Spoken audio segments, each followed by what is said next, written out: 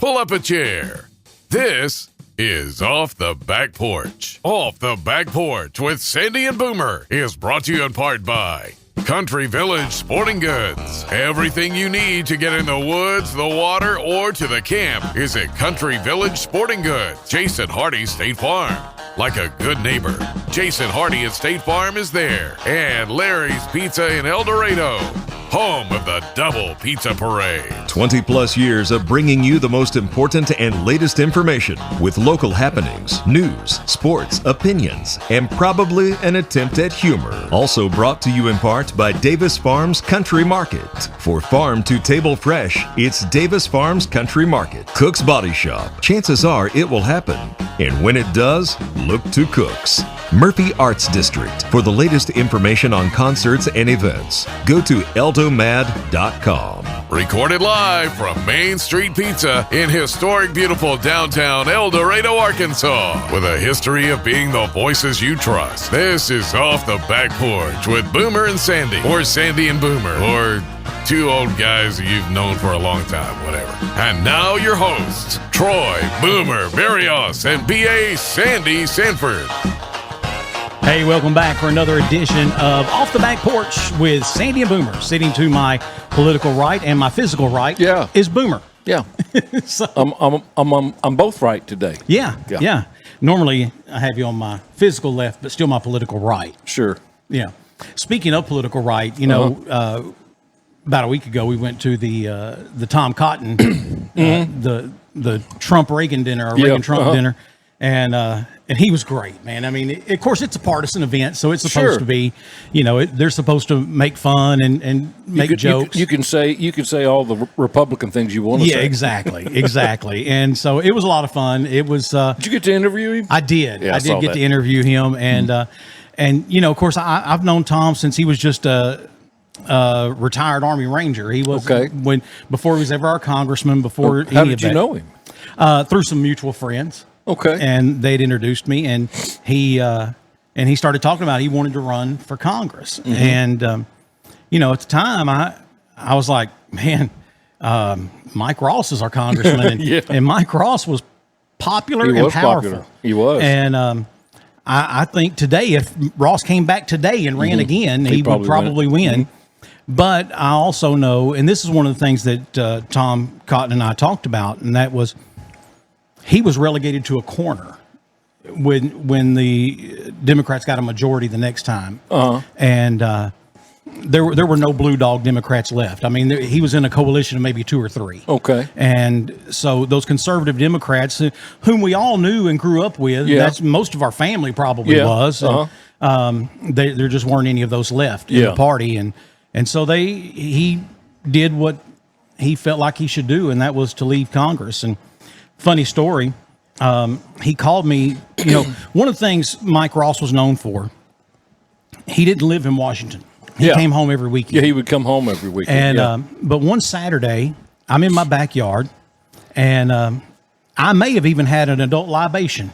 Imagine that. Sitting there with me. But I'm in my backyard, and I'm smoking a brisket. And it's Saturday night, it's 10 o'clock, and my phone rings, and I look down, and it's Mike Ross? It's Mike Ross. No, it isn't. Yeah, it is. Okay. And he calls me, and he asked me for a favor, and I won't go into what the favor was. But we got done and talking, and I said, by the way, Congressman, thank you. And he said, thank me. I asked you for a favor. Yeah. And I was like, yeah.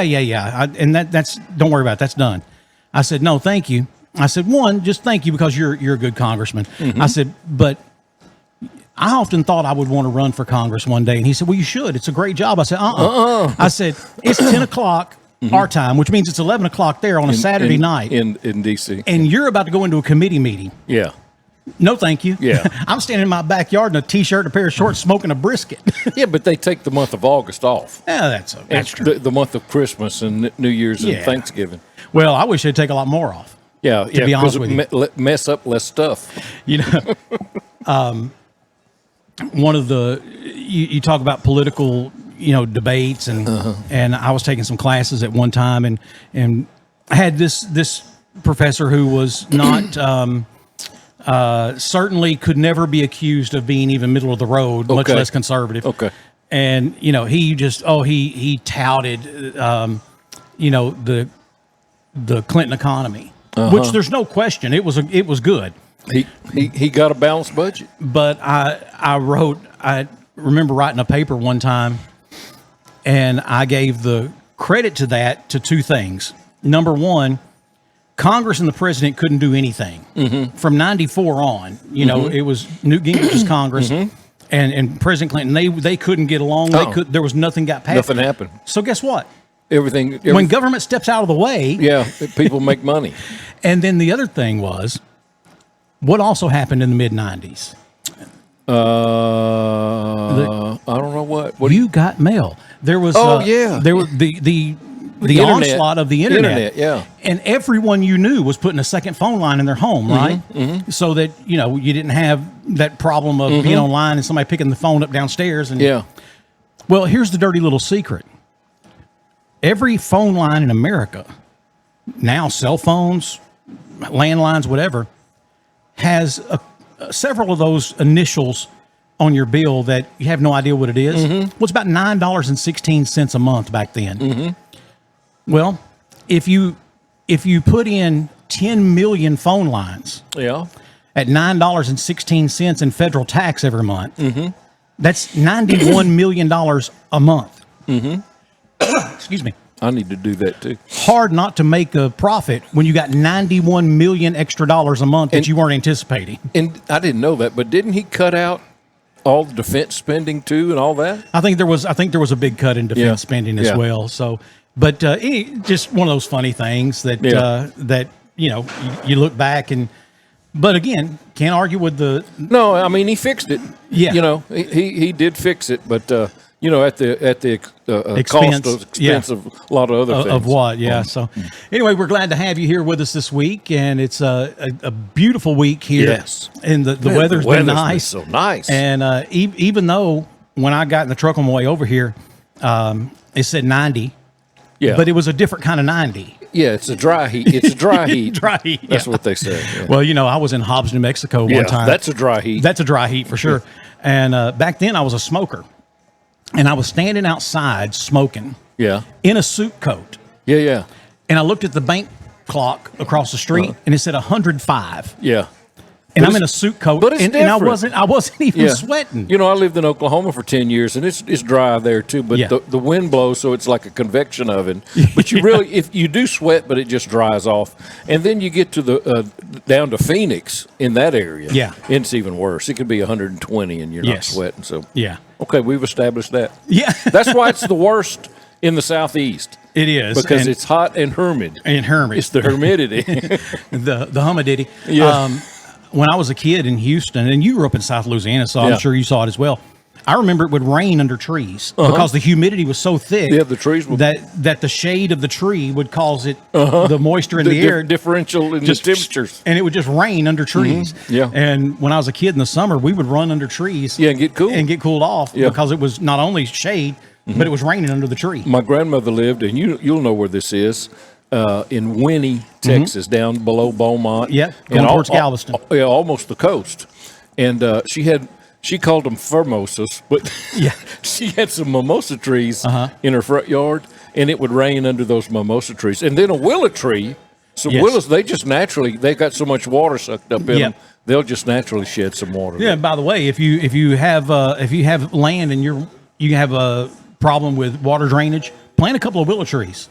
Yeah, first of all, they'll explode. Yeah, and gain growth, but those are the biggest natural water pumps you'll ever find, and they will just suck water up out of the ground. Yep. I was always amazed at the country club. We'd go out there to play, and a storm would come through. And man, you look out there at one point, and it looked like a lake. On what was that back then hole number one. I mean, it was just. It looked like a big pond, and the moment that rain stopped, within just an hour or two. You wouldn't see any water at all. Those big oak trees. Yeah, those oak trees just sucking it up, and knocking it out. Hey, we got some special guests coming up with us today. Okay. And we're going to take a break. When we come back, we'll have them with us. So we'll be back with more of Off the Back Porch right after this. Derek Henry. Hey, Jake from State Farm. I saved so much bundling, it inspired my workout. Auto! Home! Okay. And this is Auto again, right? Auto! Hey, this is my living room. Oh! Bundling, just another way to save with the personal price plan. The dog isn't allowed on the couch, Derek. Like a good neighbor, State Farm is there. Bad things happen, and of course, they never happen at the right time. Maybe it's just a little bump and cosmetic damage, or it's turned into a huge insurance claim and you just don't know where to go next. That's why so many of your neighbors and friends call on Cook's Body Shop in El Dorado. From the minor to the major, Cook's Body Shop is in your corner. Need someone to help you deal with insurance? Look to Cook's. Need advice on what to do next? Look to Cook's. Need a free estimate? Look to Cook's. Bad things are going to happen, and when they do, look to Cook's. And welcome back for more of Off the Back Porch with Sandy and Boomer. Yes. But it's got some more people. Yeah, but I was just Sandy and Boomer. Yeah. No. Sandy and Boomer. Don't touch me, first of all. You did touch me. You pointed at me. I pointed at you, yeah. So when I come in your store and I charge something to Boomer, you know that's true because I'm Boomer. Now, Sandy, you know we've been going through this for years now, and I'm tired of paying all them bills. Yeah. Well, you gave me permission up to $999. Avo's Tire and Rim and Domino's Pizza. This is Boomer. Where's my pizza? Larry's Pizza. Main Street Pizza. Of course, we get a pizza. I come up here hungry on Wednesdays. I do too. So, again, thank you for being with us. And yes, we do have some special guests with us. We have Amy Sturdivant from the Share Foundation and actually South Arkansas Regional Hospital Foundation. And then we have Scott Walker from First Financial Bank, of course. But you can call me Scotty. You can call me Scotty. All my friends call me Scotty. You can call me Scotty. Now, quick question. Have you still only hit the one hole-in-one? I've only had one hole-in-one. That's correct. That was at that time was number 17. It was 17 at the Country Club. Mm-hmm. Yeah. Yep. Yeah. Been like almost 20 years ago. What, has it really? Yeah. Really? Gosh. It was 07 or 08. We're not quite there yet, but pushing 20. It's close enough. Yeah. It's almost old enough to buy beer. Yeah.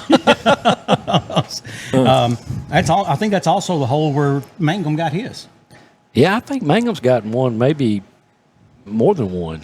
Oh. He may have made one like on the front nine on either like 7 or so. I don't know. Yeah. I've never had one. Yeah. I've come really, really close a couple of times, but isn't that the story of everybody's life? Every golfer's life? Yeah, That's what I all was of us. thinking. Yeah. He's like, I've been really close. Yeah.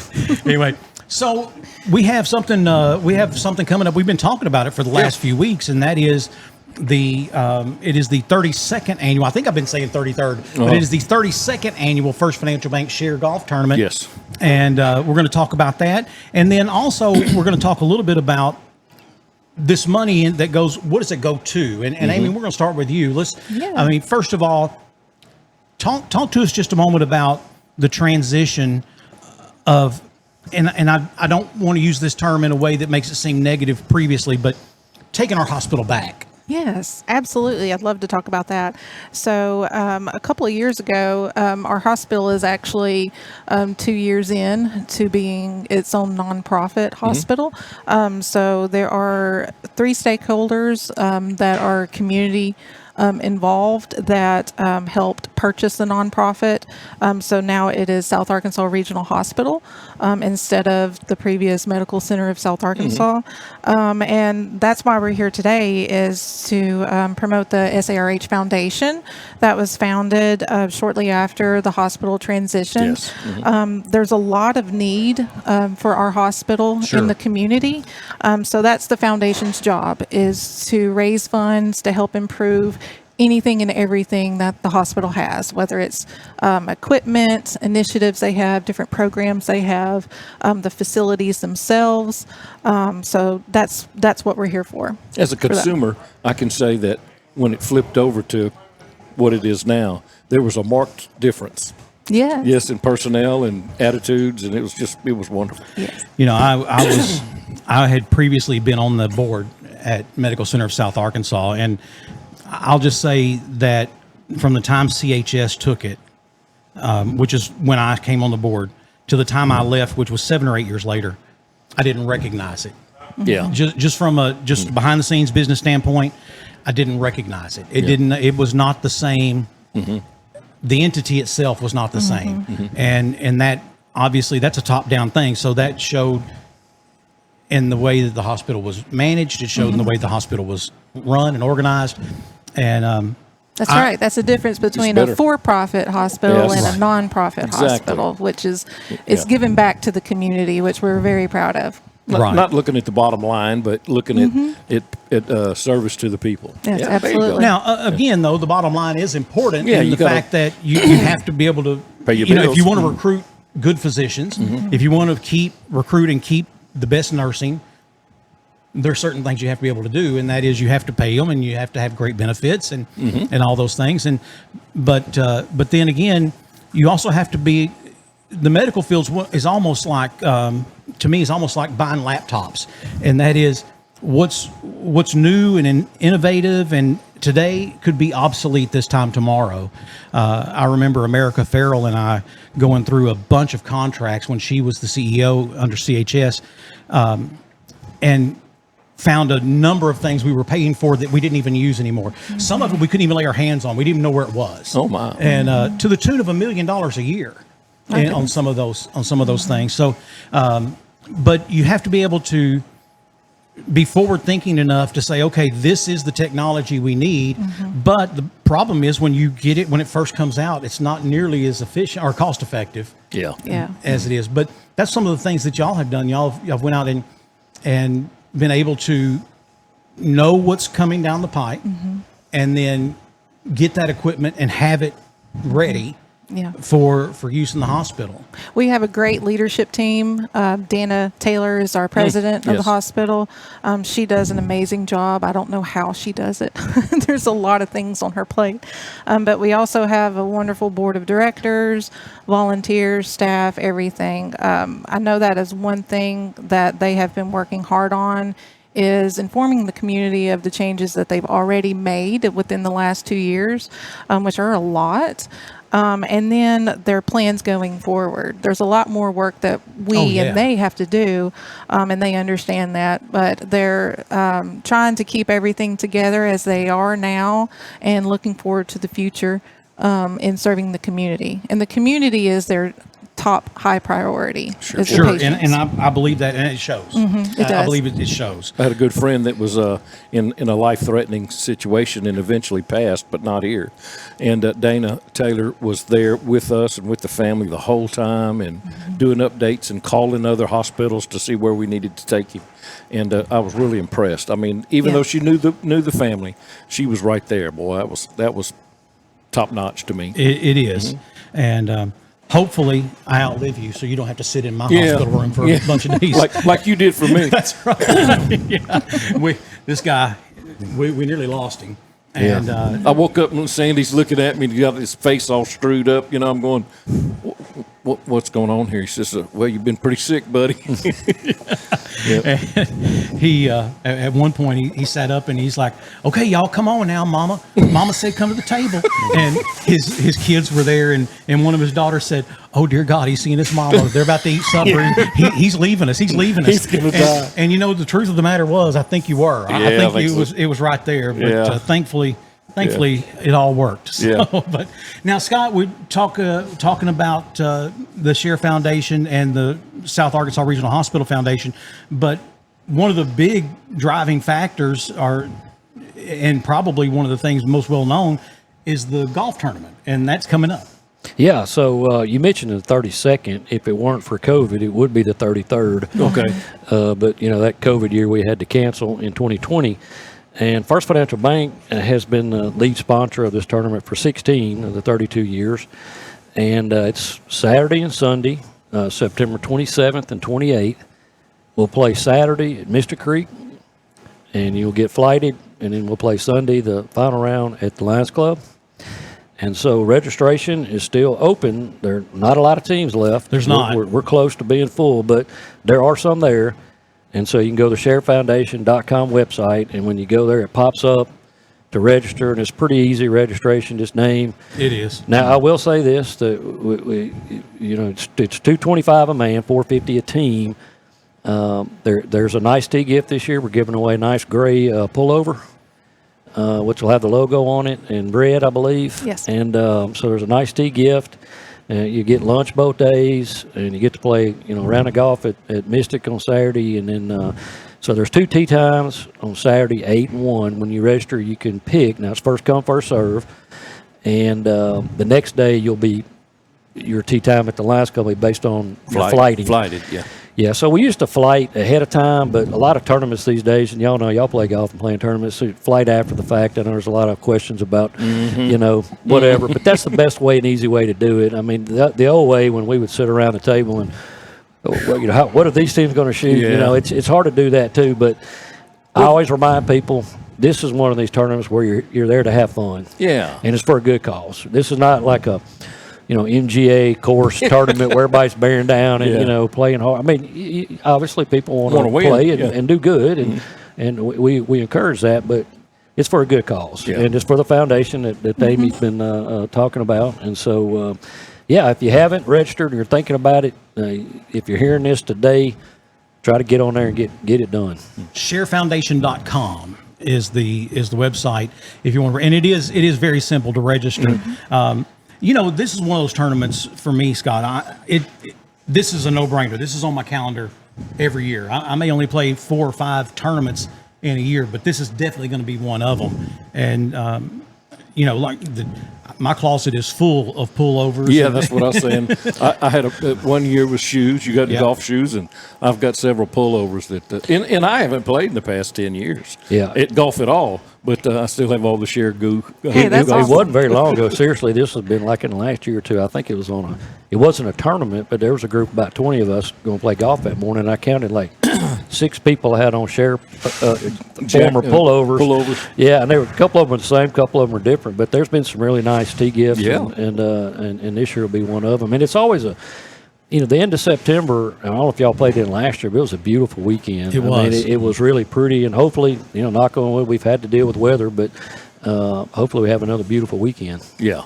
We've got, I have a friend of mine he's originally from Van Buren, lives now in Greenbrier, and he comes in just about every year to play with me, and he's coming in this year.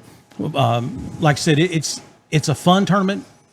Almost every year we've got teamed up with some other twosome, and they, great guys. They're out there to have fun, and every now and then we have been teamed up with some people who were too serious, way too serious. Yeah.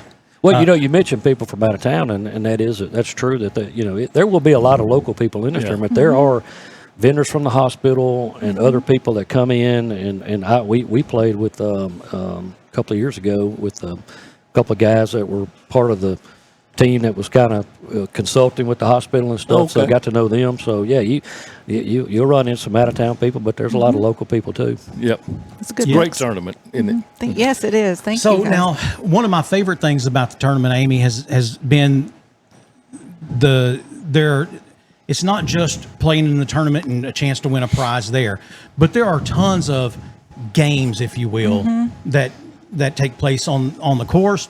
And then, of course, there's also, I think this year y'all have a really big prize that you're doing a raffle on. Yeah, so the past couple of years we've done a golf ball drop, and it's been a lot of fun doing that, but we don't want to keep doing the same thing over and over every year. We want to bring out new things, new ideas for our golfers, especially the ones that have been with us for so long. We don't want you to get tired of us, So this year we sponsored Billy Wood Big Green Raffle. Oh. So Billy Wood is one of our top sponsors this year. We're excited to have them on board, and we're having a Big Green Raffle to where you can win $2,000 cash. Wow. Cash is king. It is. Give me cash. Yeah, I can always handle cash. Yeah. So our tickets are $20 each, or they're $6 for $100. So you'll get one free if you buy. She did that package. math real quick. She did it real quick. Yeah. Yeah, not on my own. No, I'm kidding. She has her shoes off. We will be selling these tickets to the public, so you don't have to be registered or playing in the tournament to buy a ticket. You do have to be 18 years or older. Yeah. We do follow the For law. a game of chance. And we only accept cash or check. We don't have any online method. No or Venmo or no, we Cash can't. App. We can't do that. But we are selling tickets up until the drawing. So we'll have the drawing on Sunday after the tournament's finished and everybody's wrapping up. We're trying to get the winnings out. The places to buy tickets are, of course, Share Foundation. We're located right next to the hospital. HealthWorks Fitness Center front desk is also selling tickets. The Lions Club is selling tickets at their clubhouse. And then all the First Financial Bank locations in El Dorado are also selling tickets. So we're excited. That's good. Of course, yeah. And I do remember the golf ball drop. And there's how does that work? Well, I don't remember. I remember them being up in It was a boom lift. Yeah, a boom lift that we had. And I don't remember. There was a hole, and then they just dropped all the balls in the hole. The ball that fell in the hole won the prize. Yeah. And it was based on how many tickets had been sold and all that. Yeah. Kind of like a duck race. Yeah. But with golf balls. But with golf balls on a crane. Yeah. Of course, talking about the tournament, and again, so this friend of mine, it's been a couple of years since he's come and played in the tournament with me. Last year, my son was my partner. I think the year before that, David Hurst was my partner. But this friend of mine, he was like, "Man, at some point, I want you to get me on out there at Mystic." And I was like, "Well, guess what?" Yeah, I didn't know which day we were playing where. I said, "One of those days we're going to play at Mystic." And he's like, "Oh man, that's great." And he may not say that after he plays. And he told me, he said.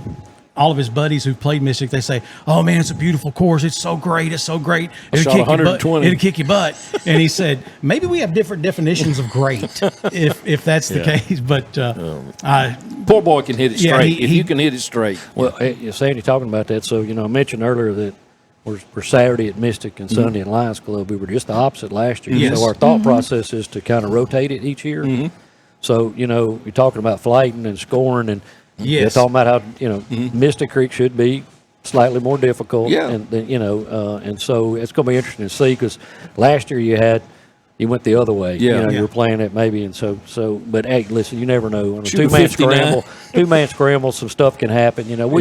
So we do the best we can. But what's funny last year was my son and I played together, and after that first round at the Lions Club, I told him, I said, "This is going to be the first year I've not been in the money." I said, I can tell you, we shot terrible. It was horrible. And I said, this is going to be the first year I'm not in the money. It's just different, and of course, age, I don't hit the ball nearly as far as I used to.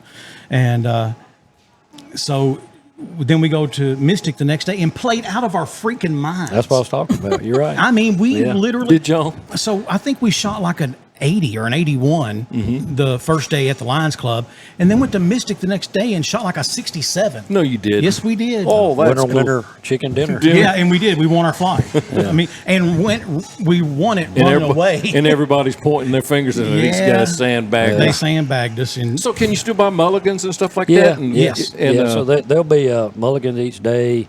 You'll have the 5-iron shot. 5-iron shot, At the Lions Club on that hole in the back, they got where you can, I think it's 14, where you can pay in advance around the corner. Okay. So, and then they talk about some games. I mean, Saturday there'll be a hole-in-one, a hole set aside, and then they'll be like closest to the line. Longest drive. Which I'm not going to be in that. Yeah, but, me either. Yeah. So, there's other things going on the course. Not anymore. Now, one year, Boomer and I were partners in the share, and we had started on like hole number 2 at the Lions Club. So that means we're finishing on number 1. We get number 1, and neither one of us hit a drive that we would probably even be able to find. And so I had one mulligan, and I was like, all right, here we go. And I just cranked it, and it won the long drive. Oh, wow. It was up by the. It was way up next to the green up there. It was a long way, and uphill. And everybody was like, "Is that your? Are you laying 1?" I said, "I am." Yeah. And the guys who were playing with us, they were like, "Yeah, he is." So, but again, those days are long gone. I don't.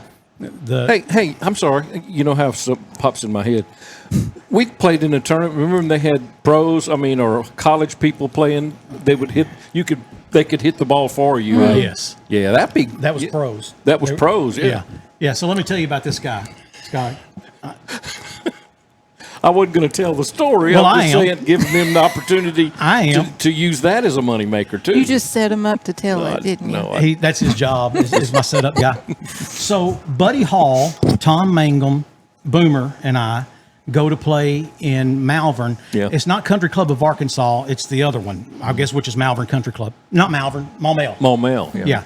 We're going to play Maumelle. And a big tournament. And every par 3 has a pro. Mm-hmm. And you give them $5 and they can hit for you. Now, we're all dragging up at getting towards the end of the tournament because we've been carrying this guy all day. I hadn't hit a shot yet. He had not hit a shot all day. We had not used my shot. And we get up here, and it's the Arkansas girl. She was on Big Break, the golf reality show. I can't remember her name. But I ugly child, by the way. Let me tell you, here's what I do remember. She was tall with long tan legs and good looking, and had on the clothes she had on was a loudmouth real pants. loudmouth pants at the yeah, that was her sponsor. Our sponsor. And so we go up to that par 3, and she explains, and we're like, yeah, we understand. And she said, so why don't all of y'all hit, and then I'll hit one for you. And they're like, okay. And so Buddy Hall, Tom Mangum, me, we all hit. We're on the green, but nothing special. This guy who hadn't hit a shot all day sticks one within about 3 feet of the pin. Yes. And it's not like a 130-yard par 3. This is like a 170, 180-yard par 3. He puts it within like 3 feet of the pin. And we're like, where did this come from? We paid her. Let her do it. So all we've needed all day was a pretty girl to intimidate you. And so maybe Cher could try that. I'll go get some clubs again. I'll go buy some clubs. So you'll come. I'll come out of retirement. Okay. If they can hit every shot for me, I'll just pay $5, $5. By the end of the day, you're not out that much money. And promise they'll beat. They'll beat what I can do. Definitely. Anyway. So, well, those are the kind of stories on a golf course that you remember. Yeah. And that's the kind of setting on the weekend, because I've got so many. I play with multiple different people in the share tournament and all kind of stories, and that's what makes it fun. That makes it a lot of fun. Us golfers, you like to go out there and a shot that's unexpected by somebody, like that story. You just like really. Speaking of shots unexpected, it was not that many years ago, maybe 4 or 5 years ago. Well, it wasn't 5, but not that many years ago, Wes Macca hit a hole-in-one on one of the holes out at Mystic, $10,000. That's correct. Wow. And I mean, they had an insurance policy. We had just passed. I mean, they were like maybe 2 holes behind us, and we hear all this hooping and hollering. And a lot of times you'll hear that, and it's like, oh, somebody hit a long putt or whatever. Yeah. And then when we get back at the clubhouse, they're like, no, Wes hit a hole-in-one. Wow. I think he's the only one we have on record for our tournament. In the share. I mean, I think so. Listen, the share has come a long way. I played in the very first one, and they had cards on the front of the golf cart, and you wrote your own name down, and then you told the pro what your handicap was, and he said, tell your lies to him, and then they flighted you right then. So it was a lot of fun, the very first one. Yeah, I didn't play in the very first one, but it was somewhere in the mid-'90s is when I started playing. I played pretty much every one since. But, Yes. Yeah, when it first came out, you were still in high school, probably. Well, not quite. I wish. Yeah, I was. Hey, I would like to recognize a few people, if y'all don't mind. Absolutely. We have a committee that meets starting back in the spring to help put this thing together. Yeah. So I'm not going to name everybody on the committee, but we have a group of golfers, non-golfers that we couldn't make this happen without them. Yeah. And we'll have a good number of volunteers out that weekend too, to help put things out on the course, to watch these hole-in-ones, and to do other things too. So we really appreciate the community involvement from the people that are on the committee and the volunteers that help put this together. Yeah, Well great. said. Yes. Great. I was ready for you to start naming names. I was but too. Well, You said I'm not going to be able to name everyone on the committee, so I guess it's a good thing you don't. Yeah. That's a politician right there. That is. Yeah. So what office are you running for? no, I'm not. Retirement. Running towards it. Huh?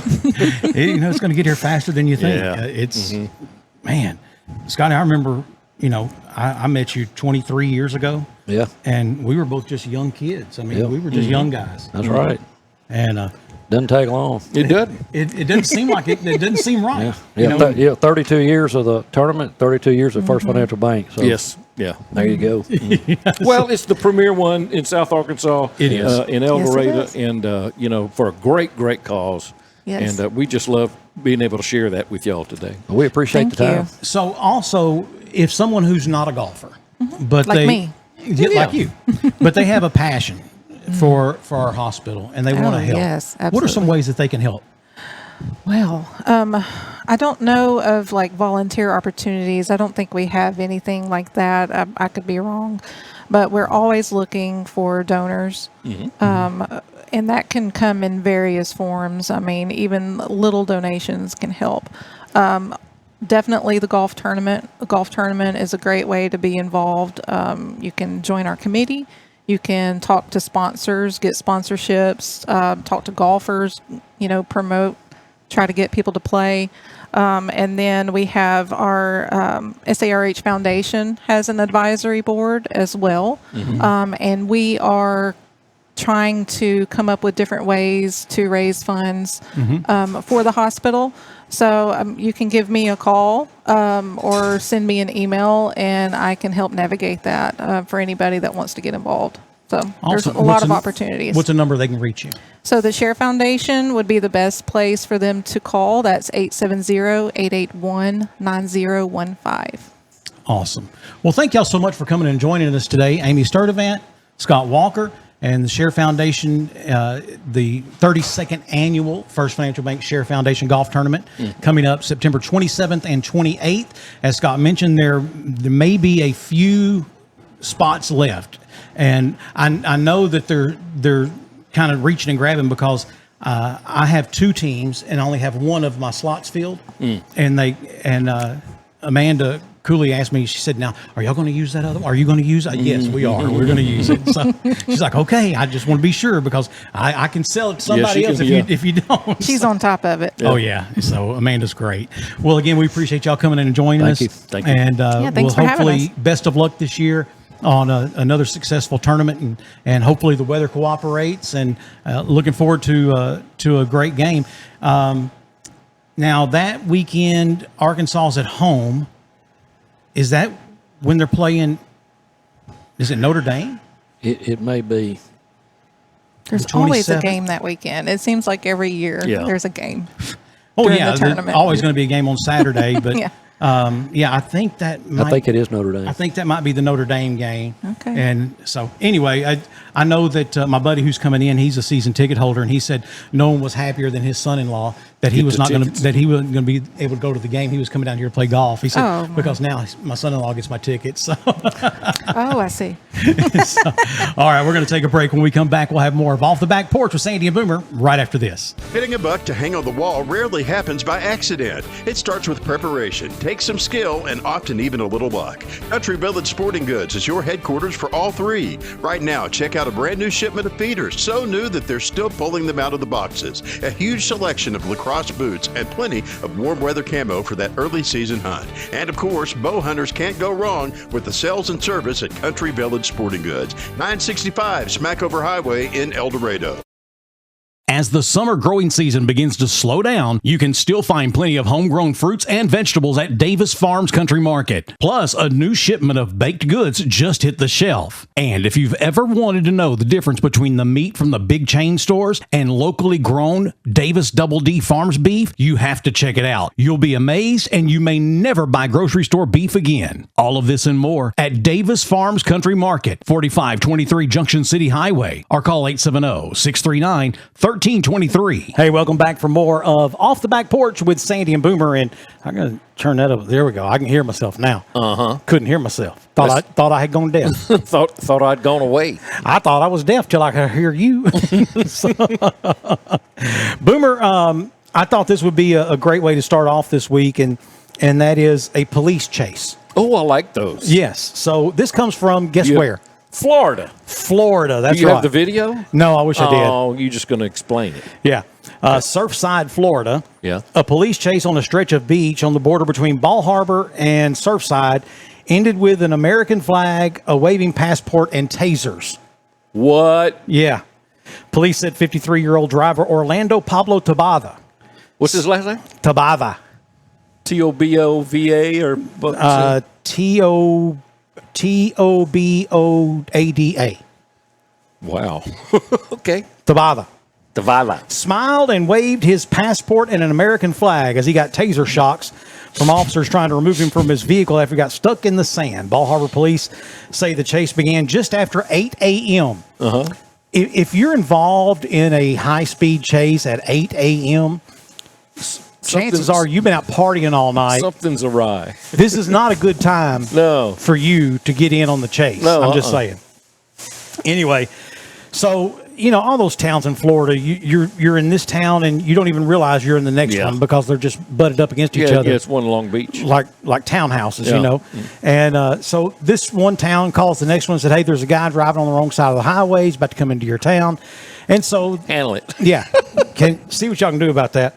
And so they go chase him down, and he jumps across the median to the other side and then back across. He hits a couple patrol cars and ends up down in the sand and on the beach. And so the cops are, you know, of course, cops at this point are like, get out of the car! Yeah. Show me your hands! You know. Yeah. And turn off the engine! Right, all that fun stuff. Stand up, undo your belt! And so he has his passport and an American flag.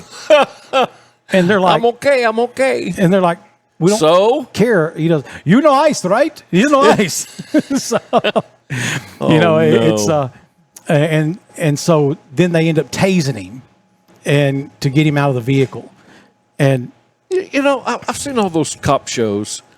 And why is it that people think they don't have to get out of the vehicle? I don't know. In most states, I don't know if it's the same everywhere, but most states they can actually tell you to get out of the car for no reason, just because they want you out of the car. It's a lawful order. It's a lawful order. Anyway, I'm sorry. No, you're fine. But so this guy, they tase him and get him out. Yeah. And you know, I can just I don't have the video, but I can just hear him in my head when I did see the video.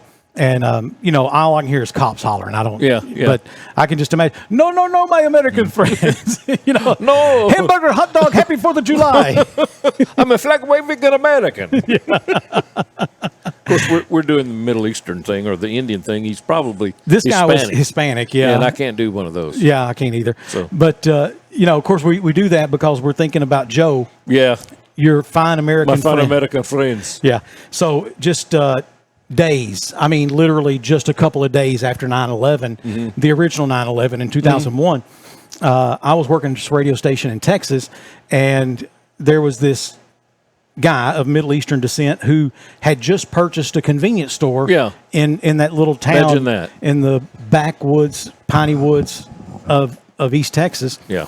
When you say East Texas and piney woods, that conjures up a whole lot of things in my mind. Right. And racial tolerance is not a strong suit. So you might as well be from Marshall, Arkansas. This guy was he was already struggling a little bit. Okay, acclimating, you know. And so 9/11 happens, and we're in the barber shop. Now that's back when I had hair, and this guy pulls up in his van. Yeah, Boomer. It looks like a parade float. It has bunting.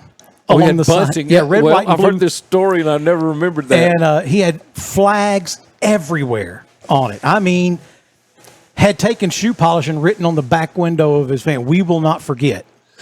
You know, and he comes in, he's like, "Hello, my fine American friends. I am your friend Joe. I have brought you business." And he brings this shaggy-haired guy in, who's obviously fresh off the boat from the Middle East. Oh yeah. And you know, he's like, yeah, you know. And this guy's like, just nods, you know. And he says, I, Joe, your friend Joe. I own the store. You know the store. I own the store. Joe, your friend. I am bringing you business. I want you all to know Joe, bring business to you. You, my fine American friends. So he does. Then he wants to do a live remote on our radio station probably about a week later. And he's now. While he's definitely trying to endear himself, ingratiate himself to the community, he's still who he is. And that is, he thinks he can talk you into anything. Cindy, my fine American friend, come here. when you go on the radio this next time, here's what you are to tell everyone, because this is good deal. This is good deal. You come and you fill up free peppermints. I said, Joe, first of all, that's not a good deal.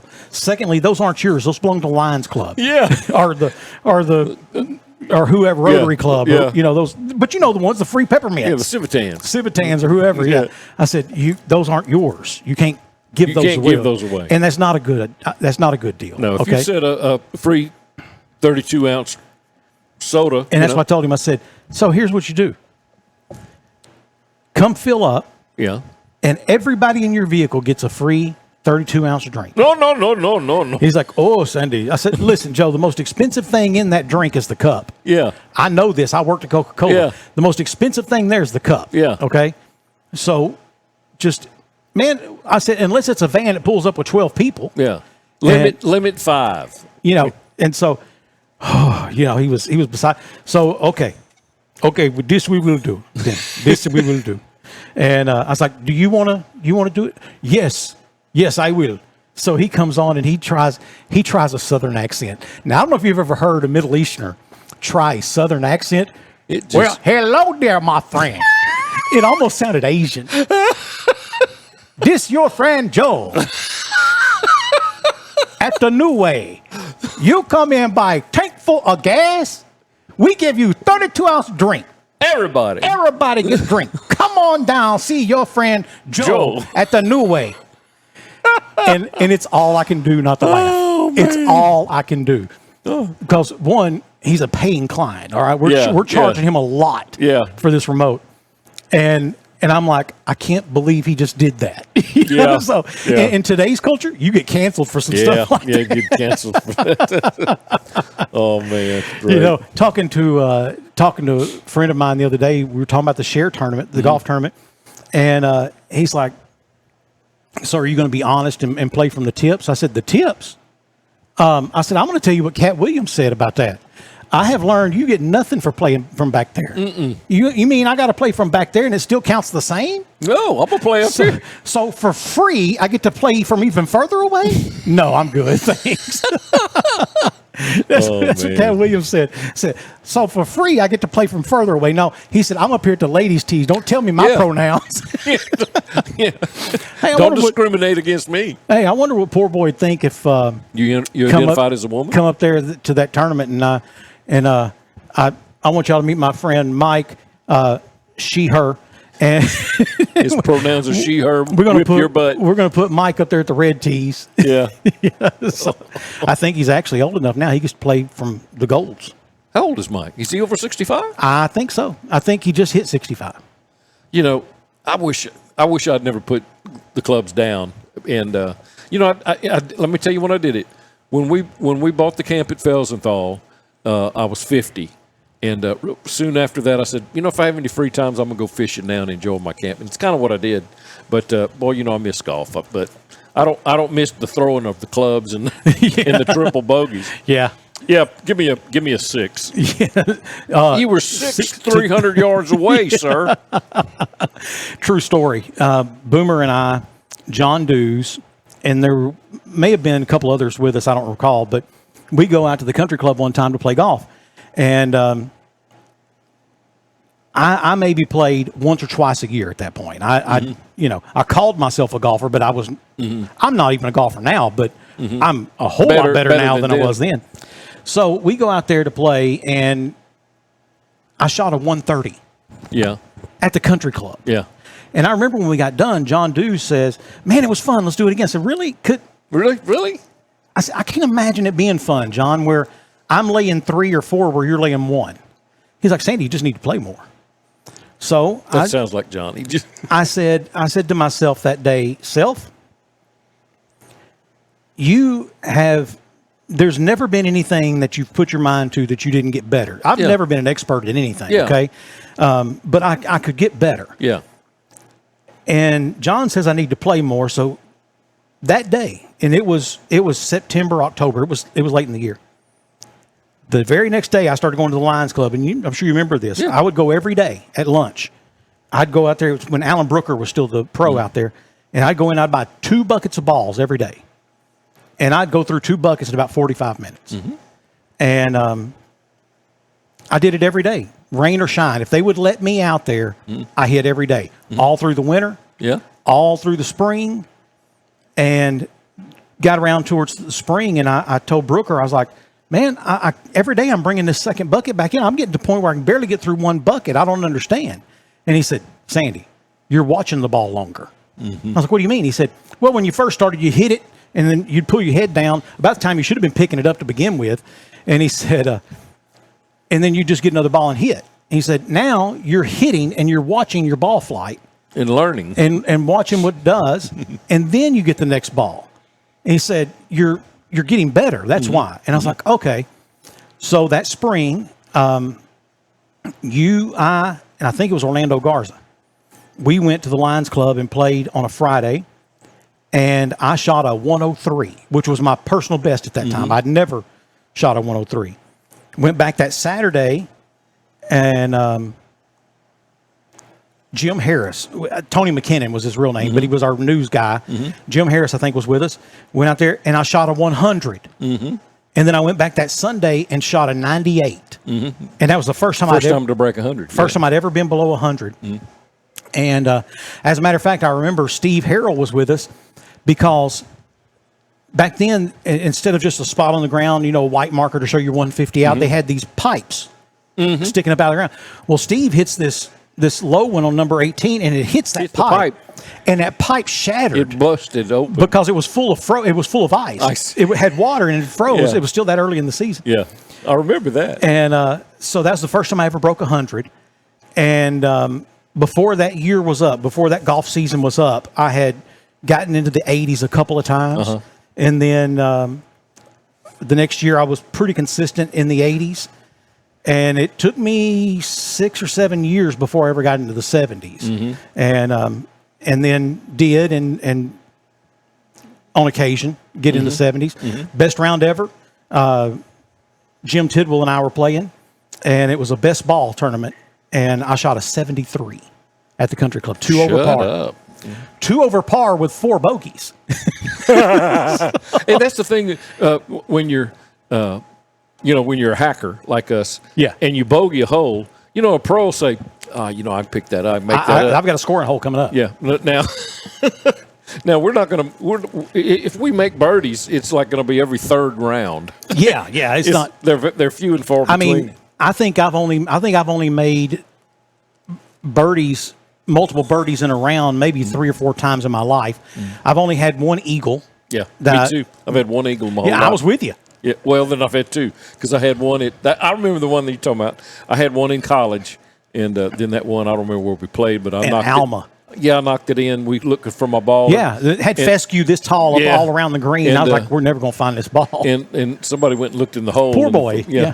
He went and he said, hey, you hitting a whatever it was. In the hole. And I was like, yeah, there it is. But, and think about this, Sandy. You and I played a lot together, and I've been a golfer since I was like 9. Daddy was, worked an oil field as salesman, so he had a membership to the country club where we lived, and, they had a pool, and that's where I was in the summertime if I wasn't baseball. So, I knew what golf shots are supposed to look like. Right. So I can look at your golf. I can't fix mine, but I can look at yours and give you a tip. And I remember, talking about the triangle and all that. You said, "Why hadn't you ever told me that before?" I said, "Well, I didn't think about it till now." But yeah, sweep the broom, hit the hammer, sweep the boom, hit the nail, broom, all those thought patterns that you use. And but I'm like you. I can't fix my swing, but I see things and. And the hard part is just learning nobody cares. Yeah. Just shut up. It doesn't matter. They don't tell me how to play golf, just shoot. Yeah. Now, the only time is if I'm playing with someone like, I don't understand what I'm doing. If I hear those words and I'm like, you want me to tell you what I see? I mean, because I can just tell you what I see. It doesn't mean it's going to fix anything. And I had a problem one time. I was yanking everything down the third base line. It wasn't. I'm not talking about hook. I'm talking about just straight off. Going what would be down the third base line. And I couldn't figure out for the life of me what was going on. And poor boy and I were playing one day, and he's like, hey. You got to stay behind it. He said, hit you another one, and this time don't pick your foot up, baseball player. Oh, you was stretching. Yeah. Man. So I'm hitting it like I'm trying to drive one out left field, and that's exactly what I was doing. Yeah. Dad said, I was playing with Dad one time. He said, you know what your problem is, son? He's standing too close to the ball. So, I backed up a little bit. And he says, no, I mean after you hit it. Yeah. I said, oh, you're so funny. Yeah. You're so funny. But you know what? Saying that, man, if golf gave me nothing else, my dad and I, we got to play together a lot. Yeah. And we had a lot of fun. Daddy was a terrible golfer. My dad was too. And but like all of us, he would have those moments, where something would just click and shine. And but yeah, I mean, I remember one 4th of July, we go out to the country club, and it's me, my dad, Jax, and at the time my sister's husband, and my sister's husband at the time. How about that? There you go. And we're out there, and we're on number 8, which was a par 5. I had a pretty good drive, and then I hit a 3-wood, and I just nutted it. I mean, just squared up, and I'm 240 or so out, and I hit it, and it up on the green. And I turned around and looked at him. I was like, any questions? Yeah. And I walked over. Can I help y'all? Walked over to the cooler, and I spun it open. I said, shot like that deserves a beer. And I popped open a beer. Now it's 135 degrees. Yeah. It's hot. And so Jax was about 12, 13 at the time. And he's not far off of me with his drive. At that time, I was still out driving. And he does something. I mean, he just hits a 3-wood and just like this far from getting to the green. He's like, shot like that deserves a beer, for what I've been told. I was like, that's what I heard. You know what, buddy? You're right. Come here. So, man, he walks over, chest all puffed out. Handed it to him. Now, again, he's 12 or 13. And he's like, this is terrible. I was like, of course it is. Yeah. He's like, you like this stuff? I was like, no one I know likes it. We just drink it because everybody else does. And he's like, that's terrible. And he hands it back to me. And my dad was like, whoa. My dad don't be pouring that out. My dad took it. So, well, until you've had a beer when it's real hot and you're real thirsty and it's real cold. Yeah, real cold. So it doesn't taste skunky or nothing. Yeah, and it actually hurts going down. Yeah. Because, Yeah. People say, well, you got to acquire a taste for it. I said, why? Yeah, you got to acquire a taste for a lot of things that I don't like. I ain't going to eat that or drink that. Yeah, man. Like pickle juice or something. I don't want to drink that. But yes, there it is, ladies and gentlemen. Yeah. I did supply alcohol to my then 12, 13-year-old son. Well, so what? He turned out okay, by the way. You're his daddy. Yeah. I'll say this, when we were at the Republican dinner, Tom Cotton thing, I can't tell you how many people came up to me and was like, I met your son tonight. What an impressive young man. I bet I heard that 10 times. Well, he's going around talking to people? Yeah. At the event? Yeah. Good. So we had 3 seats. We were supposed to be sitting in one place. And evidently, someone took it upon themselves to move your invite someone else to sit in those seats because they were right up front. And so we kind of had to scatter and find other seats. Are you kidding me? They took your seats? And listen, I paid a lot for those seats. So I'm still a little salty about that. I probably would have had to protest that. You let it go? I did. It's called maturity. It is. I guess you have to try it out sometime. I don't like it. It's not all it's cracked up to be. I promise. No, I like to be able to say what I want and then apologize later. Well, see, you're getting close to that age, though. Yeah, they say, "Oh, he's just old." There's a certain point you get to in life where you just say whatever, whatever you want, and people laugh and go, "Oh, that's just Troy. That's just Boomer. That's you just got to overlook him. That's just Boomer." Yeah, he's been like that forever. But we used to holler at him, but we don't no more. You ain't gonna change him. You're not gonna change. You're not gonna change him. It reminds me, Casey Wright and I were on the air one time after you had left me, and abandoned me, knowing I have abandonment issues anyway.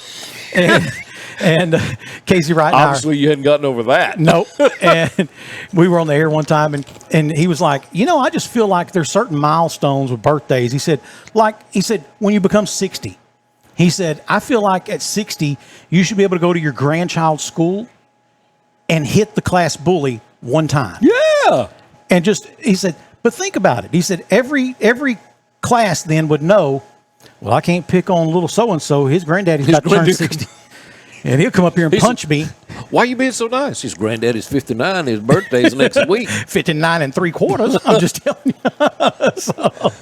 Yeah, I like that. That's good. Yeah, that's a good axiom. So there to go by. are milestones. I mean, I think he said at 70 you should be able to non-violently break a law, and the cops just have to applaud you as you do so. In other words, there's a cop sitting there, and I'm going to run this red light. And he just has to clap as you drive by. He can't pull you over, no tickets, no nothing.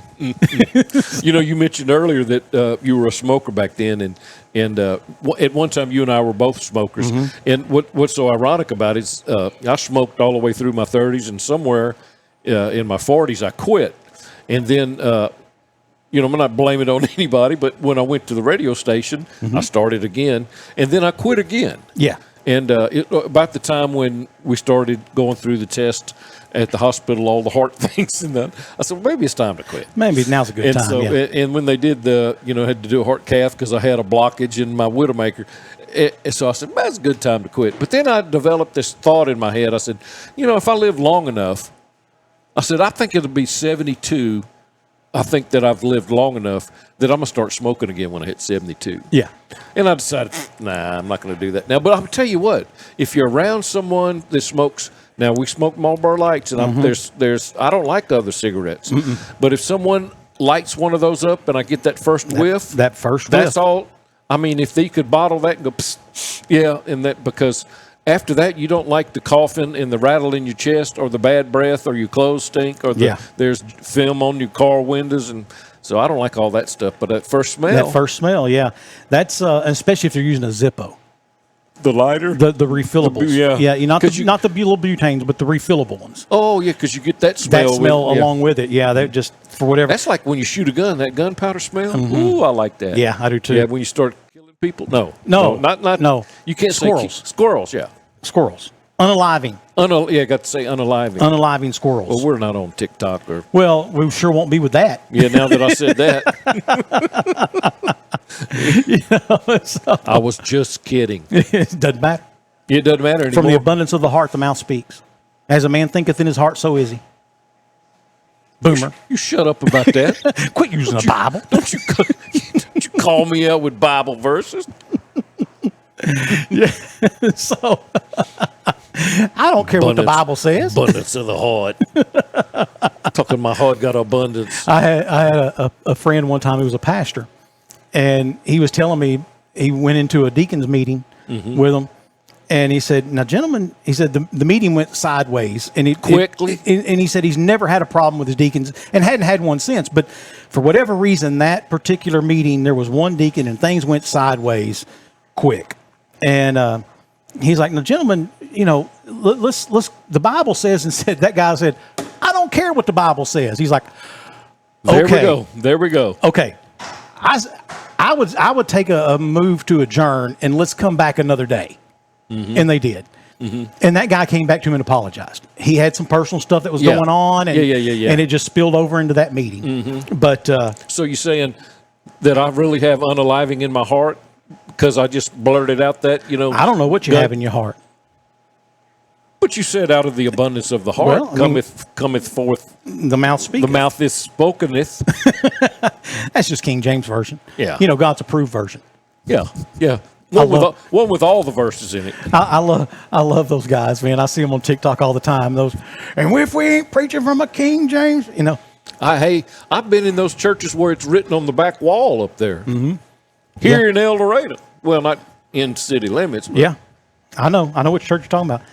And man, listen, I love the King James Version. Yeah. I do.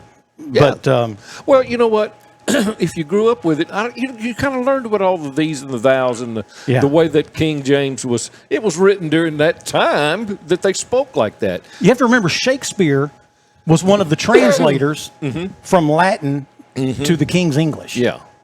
That's why it sounds like a Shakespearean play. Yeah. I forgot King Lear. I forgot that. So. You know what? Hey, I'm a deep dive here just for a second. Have you ever read the Book of Enoch? No, I have not. I've seen somewhere it's like, there's a passage in Enoch that says this or that, but no, I've never read it. Just like I've never read the Maccabees. Yeah, I hadn't read that either, but I started, and it was because of TikTok. They were talking about the book of Enoch. And so I started reading it. Well, it's contrary to a lot of stuff that's in the which explains why it's not in the canon. The New Testament. And Enoch started naming all the angels, and he named all of the fallen angels had names. And I said, how does Enoch know all that? Yeah. So my 9-year-old, one of her favorite things is she loves for me to let her get on my computer and scroll Facebook Reels. Okay. Now, I let her do that if I'm able to pay attention. Yeah, so it won't get so we don't end up on on anything she doesn't need to end up on. And if I'm not to where I can pay attention, or I'm not in a mood where I want to, I don't let her. No. I just like not today, and she's always fine with that. And so one day she's like, "Daddy, come here," and I admit I had not been paying attention, and it's about these angels that are under the Euphrates, and and I was like, when the Euphrates dries up, they're gonna. I was like, hold on, baby, hold on, and then it's this and this and that. Scared her, and it's like, and that's it. It's scared. I said, okay, think about it like this, and boy, this has gotten religious quick, right? Yeah. But I said, think about it like this. Peter said, when the Lord comes, this and this and this and this, and he said, and therefore comfort one another with these words. Yeah. He didn't say terrorize one another with these words. Yeah. So if the idea of the coming of the Lord makes you scared, there's a problem. Mm-hmm. You and Jesus can fix that. Exactly right. Yeah. And she gave her heart to the Lord last year. Yeah. In Vacation Bible School. Yeah. And that's a lot of us did. Yeah. Mm-hmm. And she, I remember we were on our way home, and just out of nowhere, because she talks constantly. My God, that kid doesn't shut up. But it's blah blah blah blah blah blah. By the way, I became a Christian today. Blah blah blah. I was like, whoa, back up. Do what now? I became a Christian today. Tell me about that. Mm-hmm. How did that happen? How old was she? 8. 8. Yeah. And I was like, how did that happen? And so she's telling me, this, and then, and I was feeling like, boy, I just don't feel had that tug in my heart. Yeah. And she said, and so I went down and I prayed and this, and I was like, okay. So she got it. She, it wasn't that she just went and shook hands with the Vacation Bible School leader or something. Mm-hmm. She really prayed a prayer of repentance. And so I teared up, and she's like, why are you crying? And I was like, you don't understand. Yeah. As a dad, you want nothing more. Yeah. Nothing more kids. than for your kids to know the Lord. Yeah. And there's been a lot of controversy by some that a child of that age can't make a rational decision. Of this much importance. Well, that's where the Bible talks about sanctification. That you can become a Christian is the understanding is there, and the Holy Spirit tugs on your heart, and that's how God said He would send His Holy Spirit to do that. And then you learn. Their scope is pretty narrow at 8, but Jesus said, "Come to the little." Don't keep the little children. Forbid them not. Yeah, forbid them not to come to me. So, that you can just like you did, work with a child, talk to them, and say, "Honey, this is a lifelong thing. Now, this is something that you grow with your whole life. Yep. That will help guide your decisions, guide your life." And so, it's something that that's the Christian belief that we have, is that you will be able to be sanctified over time. It's a process, yes. Right? I mean, I was 5. I was 5. You had an understanding, and that the first time that I ever felt that tug. Yeah, and I ran from God from that day. Did you till you was 19? Till I was 19. Yeah, sure did. When I was, like you said, I got religious real quick. When I was 17, we call it surrendering. Yeah, I surrendered my life to work in the Lord's work. As in music. And, I went to college, did that, got a degree in music. It didn't happen. Went out to Oklahoma and got a job in the oil field. And, people found out that I could sing and lead. And so I started doing revivals and filling in at different churches. And then I filled in for, anytime one of our guys at First Baptist Elk City would leave, I'd fill in for a while, be the interim for 6 months or 8 months or however long it took. And all those years, I was out there 10 years. I kept saying, well, Lord, I said, I'm ready. I'm ready to I'm ready to do what you called me to do. And finally he showed me, said, well, Troy said, you're already doing what you're doing what I called you to do. This is how you're going to do it. And so even when I moved here, I went to Harmony Baptist Church for a while and years. I was there for years. And then at Emmanuel, I was interim for a couple of times. And then I was full-time for 7 years. And so I was able to do it and not realize that I did it. That the Lord had called me. And, we keep waiting for something big to happen. And God has shown me that there's not always going to be something big and glorious happen in people's lives, that he needs people that are day-to-day people that will serve over longevity, and not necessarily something big that I'm going to see you on this grand tour of whatever. Right. But we need people in the trenches, and that's kind of what my serving as a musician has been my whole life, and it's enjoyable. Now I just play the guitar in the band a little bit, and every now and then they'll say, Troy, you lead this one, and it's always a hymn. Yeah. Well, the old guy gets to lead the hymns. Yeah. So anyway. Oh, man. We got way off. We did. We That's went okay. afield. That's okay. We're going to take a break. When we come back, we'll have more of Off the Back Porch right after this. Did you know that if your home air conditioning unit is already running and you turn the thermostat down to try to make it cooler in the house, you could be doing more harm than good? This is why you call Dyson Service Company the experts of home comfort solutions. That's another way of saying Dyson Service Company helps make your home a place of comfort and relaxation. Call Dyson Service Company today, 862-0409. Everybody loves a parade, and Hilarious Pizza throws parades all week long. Bring the family in for your favorites, or explore the variety that Hilarious Pizza offers. Come join us at Hilarious Pizza for the greatest parade ever. Hey, welcome back for more of Off the Back Porch with Sandy and Boomer. And of all things, Boomer, whatever it was that was going on in the background, it stopped. And then it started and again. And then as soon as we come back. It sounds like a vacuum cleaner, but I'm not turning my head around to look. Yeah, well, I can't see it anyway. Whatever it is. But we're at Main Street Pizza. It's our favorite place to get pizza in El Dorado. And they always get us a pizza, and it's right there. Yeah, we get it where we can keep an eye on it now. Yeah. So, my wife keeps telling me, she said, one of these times I'm going to walk in, I'm just going to pick up pizza up and walk out. I said, well, you wouldn't be the first person. Yeah. It wouldn't be the first time it's happened to us. Boomer, how about a Florida man? I'm ready. Lee County, Florida. Saturday night, deputies responded to what was supposed to be just another quiet night at Planet Fitness. Instead, they walked into what one deputy later described as an impromptu naked triathlon. Oh, triathlon. Okay. So there's going to be swimming involved? My oldest son, he does triathlons. And so it's swimming, biking, running. So maybe I don't know. Well, I guess when we find out the story, you'll know. Yeah.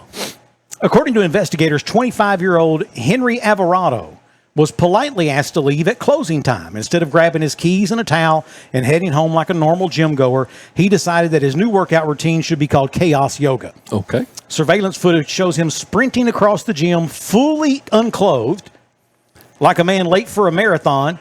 Witnesses said he sampled every amenity on his tour, including lying down naked on the hydro massage bed. Now, Boomer, I don't know if you've ever been on the hydro massage bed. I have been on it. I think you could.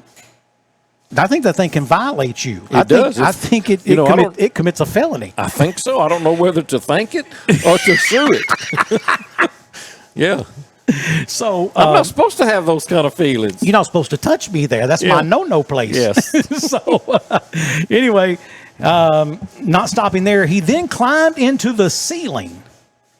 And they could see ceiling tiles falling as he was running through the ceiling. Yeah.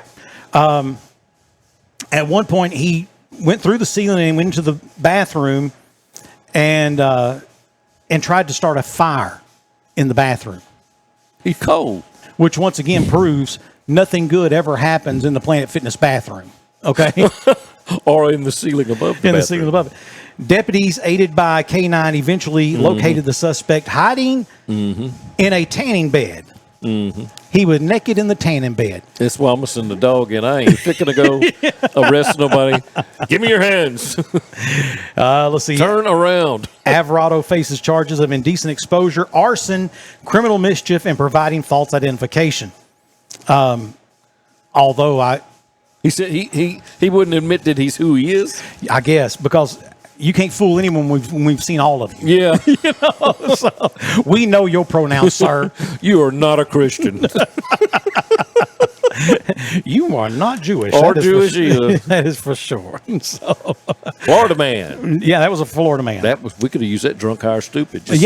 Just say except I never knew it never said in the story. No, which he might have been. I mean, if there had to be something going on. If you're at Planet Fitness, add clothes in time, and you take your clothes off instead of pick up your keys and your sweats that you've taken off or whatever and going home, you decide, you know what I think I'll do? I think I'll strip down to my Neverland. You know, folks, here's a little public service announcement from Sandy and Boomer. Mm-hmm. And we tell you all the time, don't listen to us, but this is one of those instances where you should. Listen right now. If you get the thought in your mind, I think I'm going to get naked and run through this public place, don't. Yeah, stop. That's a bad idea. Yeah, quit whatever you were doing at that time. I mean, whatever you're ingesting, have that pre-thought. Start when you're not doing something stupid and say, if I ever start to do something stupid, like take my clothes off at Planet Fitness, I'm going to pre-set that in my head to not do that. Ding, ding, ding. This is the alarm bell, right? Yeah, exactly. So, Boomer, here's a great story. This comes from Springfield, Illinois. Police say a would-be burglar is recovering in the hospital after being body slammed by an 11-year-old boy who, according to his parents, spends way too much time watching wrestling videos on YouTube. Oh. The 11-year-old body slammed an adult? Suspect allegedly broke into the Johnson family home late Tuesday night, only to be greeted by 4'11", 92-pound Tyler Johnson, who was wearing Spider-Man pajamas and wielding a plastic lightsaber. Plastic lightsaber? Yeah. When the guy came in, I just thought, this is my WrestleMania moment, Tyler said. He said, I wasn't supposed to still be up, but I've been watching some wrestling videos, and I got me a bowl of Lucky Charms when I saw him come through the window. And he said, so I started off with the flying elbow drop from the couch. Nailed it. A flying elbow. And he's doing all the sound effects while he's doing it. Yeah. Authorities say the intruder slipped on a pile of Legos that were also on the living room floor. Yeah, that doesn't feel good. And promptly was mounted and put in a surprisingly effective headlock by Tyler. Police arrived to find the suspect face down on the carpet whimpering while the boy sat on his back saying, tap out. Tap out, bro. He could have tapped out, bro. He's got him in a chokehold. Yeah. Tyler's mother, Karen, said, we always tell him to clean his room. I guess this is one of those times where Legos were a home security system, painful but effective. The intruder was taken to the hospital with minor injuries and a bruised ego. Police say he'll face charges after being released and possibly a rematch if Tyler has anything to say about it. When asked if he was scared, Tyler simply shrugged, said, nah, I've wrestled my cousin before. She's way tougher. She's way tougher than that, man. Hey, I heard a story today. I mean, this is happening right now, and or they brought it back up because I remember when it happened. 3 youths, like 15 to 17, decided to break into this gentleman's house. Oh, boy. And he unalived all 3 of them. Happens. He unalived all 3 of them breaking in the house. The parents of those 3 children collectively sued him and said that he was harsh. He shouldn't have done that. He should have let them go. They're just kids. I'm not going to say anything. No. I have personal experience in that exact same thing. And I mean, I don't ever want to shoot anybody. No, but I will. I don't ever want to shoot anybody. If you gonna take my money or something, I'm gonna just give it to you.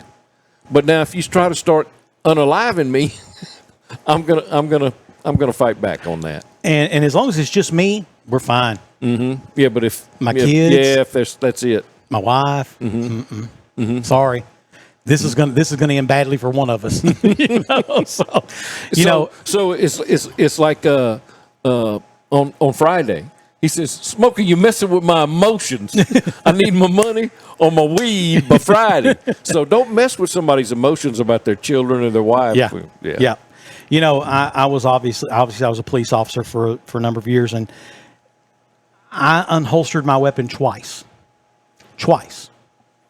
and both times was sick to my stomach afterwards, because I wasn't one of those guys that would unsheath that weapon for just any reason. If it came out of the holster, I had every intention of shooting it, of using it, and so all those years twice.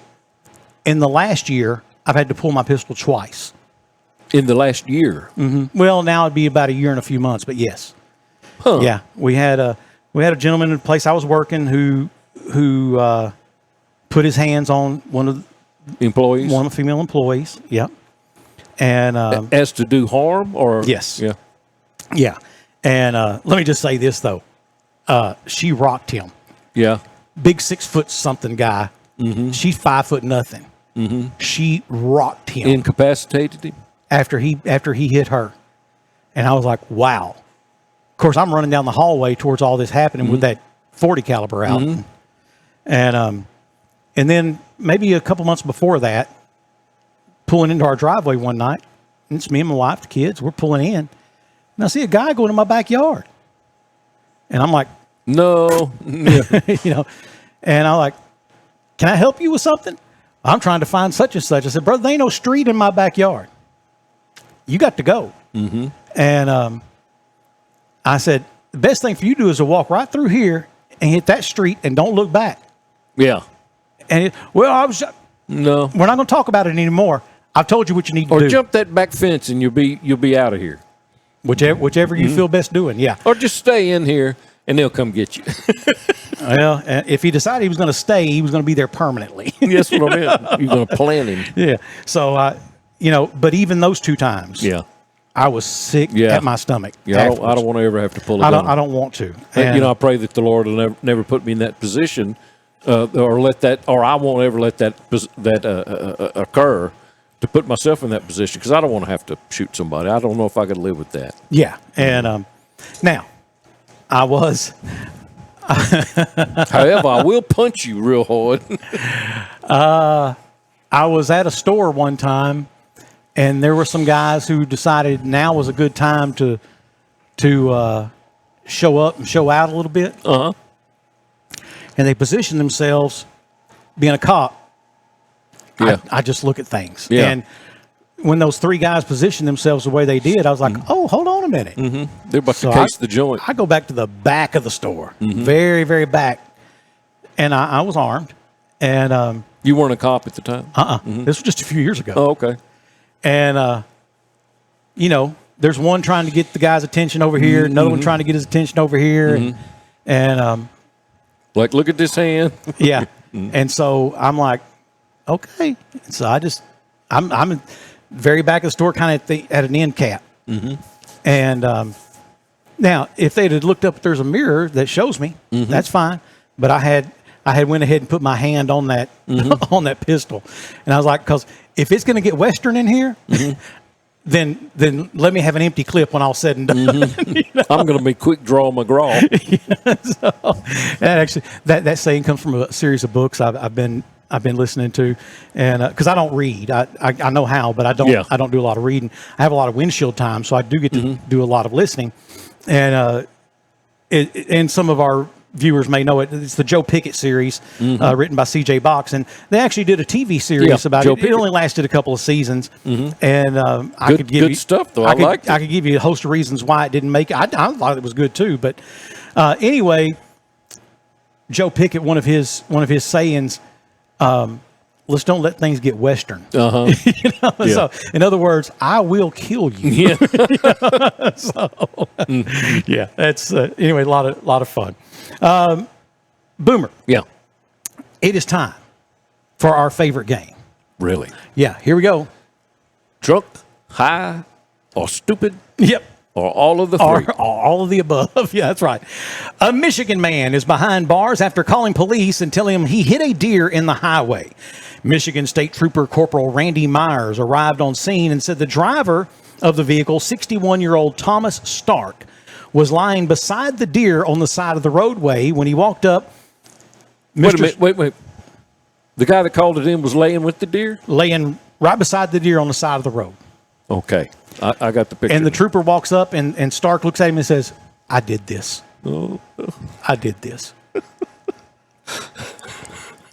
Corporal Myers then helped Mr. Stark to his feet, called for medical personnel to come to the scene.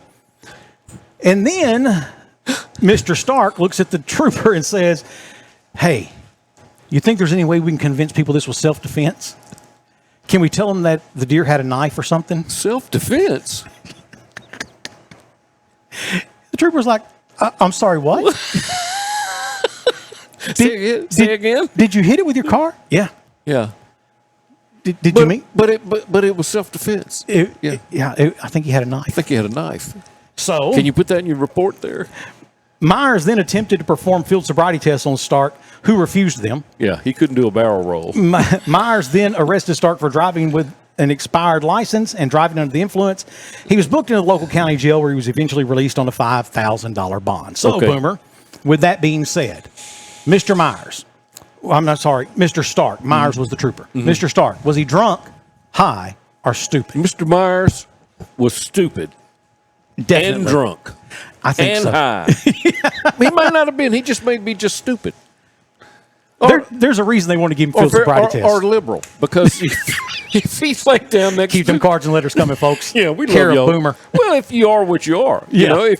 You know, some people. In fact, I know some people that won't go deer hunting because they don't feel right by shooting an animal. You know. You know me. I'm the furthest thing from an animal rights activist. Okay, but I do have an aversion to shooting something that I'm not going to eat. Yeah. If you're not going to eat it, I don't think you should. That's one. It's one of the reasons I never went duck hunting. I'm not going to eat duck. And so I don't have that duck hunter money like you guys. Man, I do it a poor man way. You spent 6 mortgages on duck hunting. What you talking about? You don't know what I've spent. I know Martha could have retired 100 years ago if it wasn't for you and duck hunting. Poor Fru. Poor Fru. Here's what. She asked for a house on Silkstocking Lane, Never got it. Did she ask to just lay at home all the time and not work? Not nary time. All the woman asked for was a bag of apples. And how many apples she get, Boomer? Nary. They were in the back seat.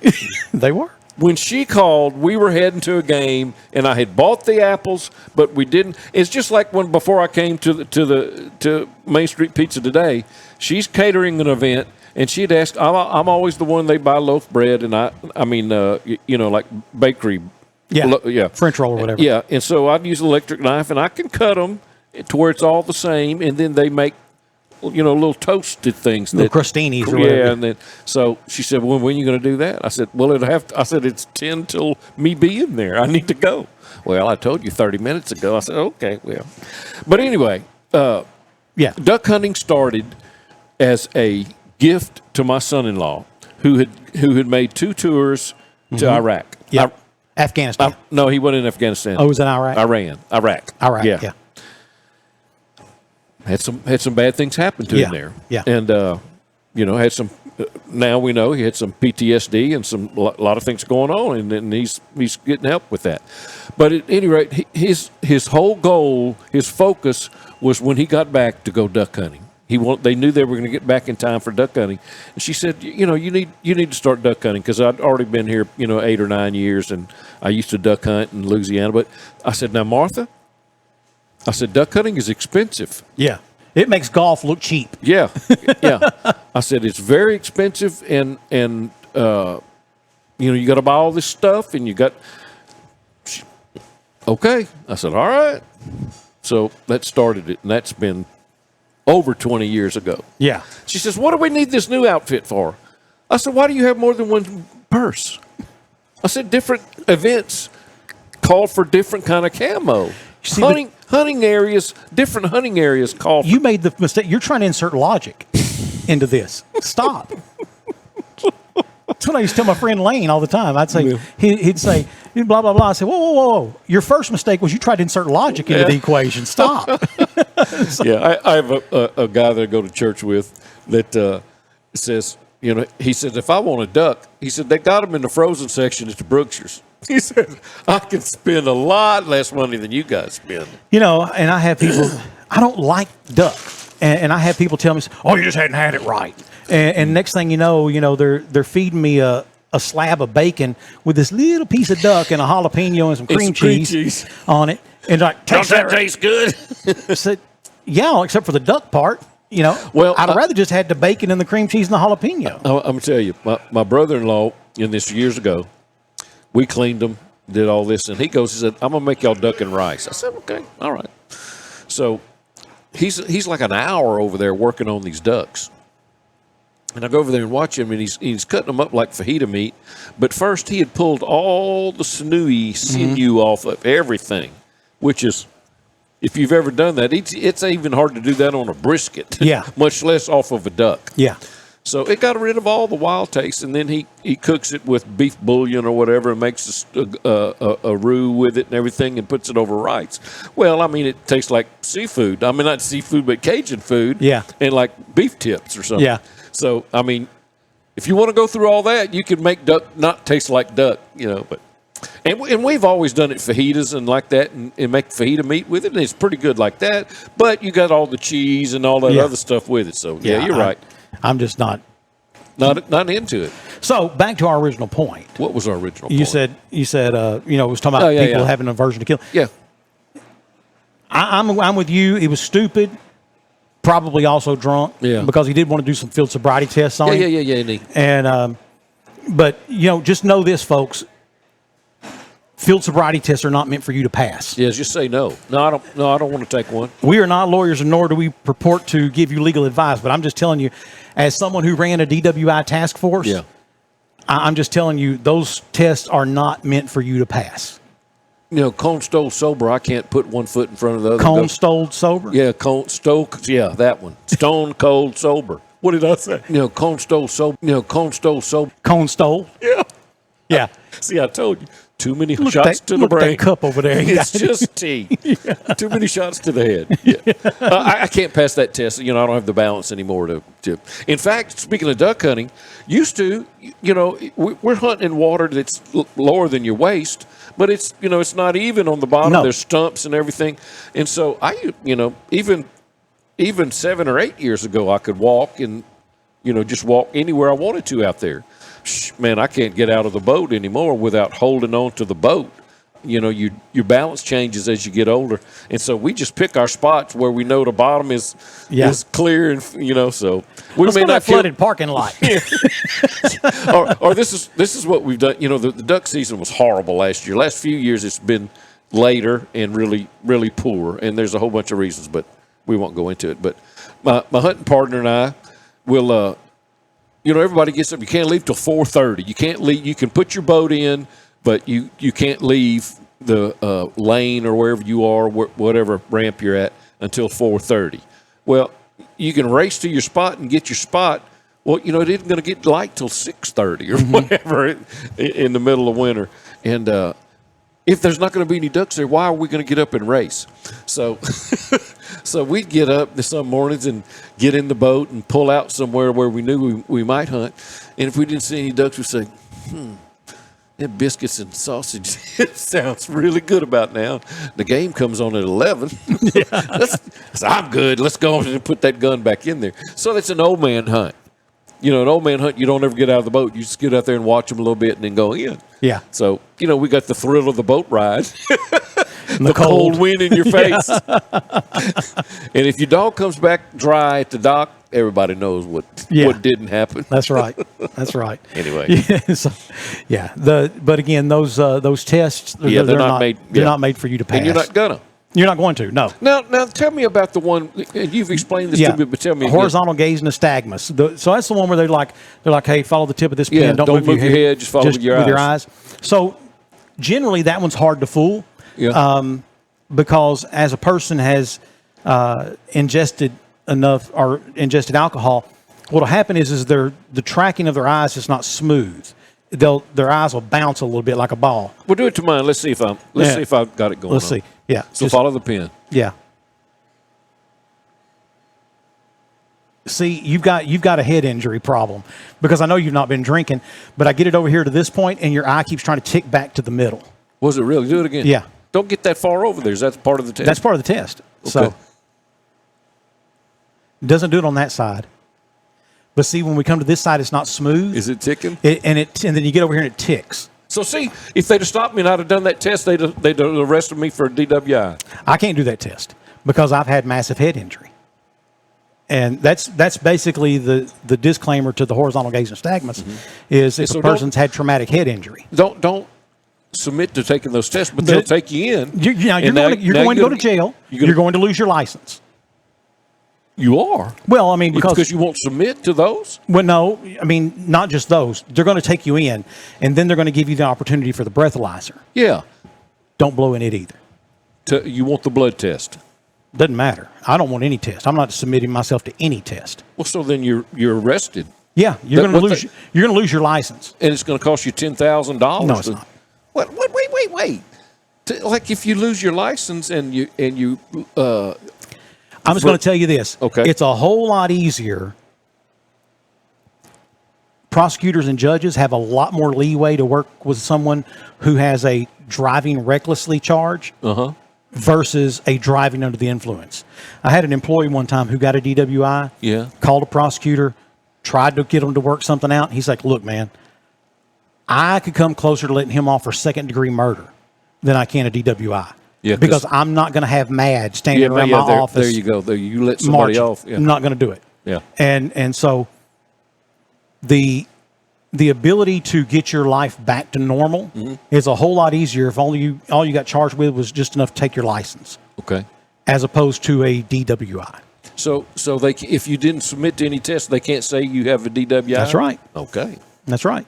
Well, now, I'm not going to drink and drive. But now, if there were an accident, if there's an accident, then it's different.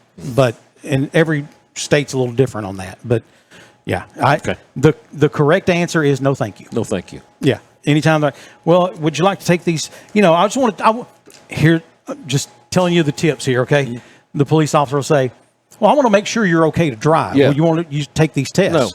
No, thank you. No, thank you. No, thank you. And my thing is be respectful. Yeah. Please be respectful. Yeah. That gets you a whole lot further than anything else. By the way, when I was a police officer, if you start acting cocky with a police officer, they're trained to subdue the situation, and you're de-escalate. You're not always dealing with people who have the best interpersonal skills anyway. Yeah, they may not have a good attitude when they got there. Yeah, so just be respectful.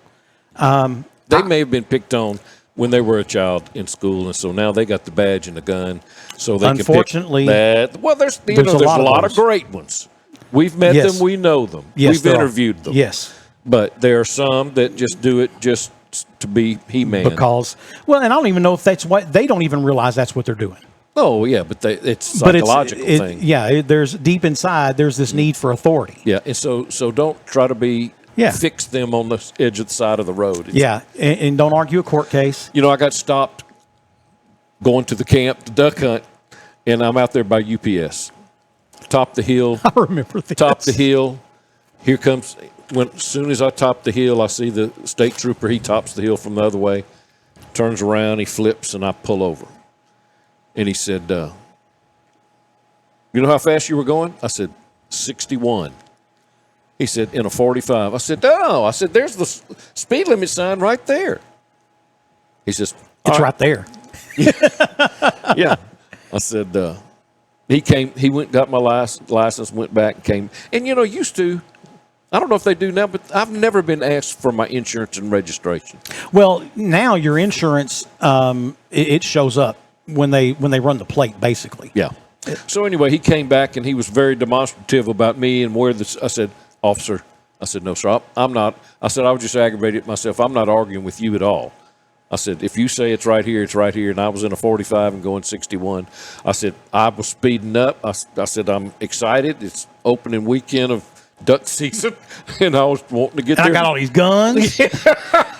And all the beer. All these open containers. No, I didn't say that. And got a little smack in here on the tree. Just don't open that glove box over there. Said now I won't smoke no. I won't freebase any cocaine. But I will do a little snort if you do.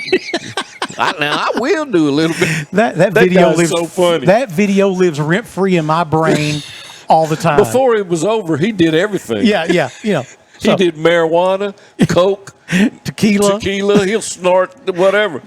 But he will not freebase cocaine. But he will not. Now I won't freebase cocaine, and he was boy, he had that country going on. And then he, of course, like I said, by the end. But now on a special occasion, yeah, I will freebase cocaine. But just on a special occasion, I'm gonna have to look that up and laugh with it. That video lives rent free in my head. Yeah, I'll tell you who sent it to me the first time years ago. Robin Carroll. Robin Carroll. Yeah, rest in peace. Yes. Robin sent me that years ago. What about the guy that's in prison that says he self-smarted himself? See, you mentioned that the other day, and I said, I don't remember where that's from. And you said, I'll tell you when we get off the air. And then neither one of us thought to. Okay. It was actually a comedy group, and it was a put-up bid. It wasn't a real guy in prison that they were interviewing. But he said, I'm in here in prison, and I'm getting things back together. He said, me and Susie said, we've been talking, and I think we're going to get back together. He said, but when you're in here, he said, they roll by there with their books and everything. He said, you know what them books are for? He said, them books are for to get you smarted. He said, and I'm for to get you not smarted. He said, see, I self-smarted myself. He said, books are for to get you in jail. He said, but I'm self-smarted. Yeah. And he goes on this long diatribe about how he self-smarted himself. And, yeah.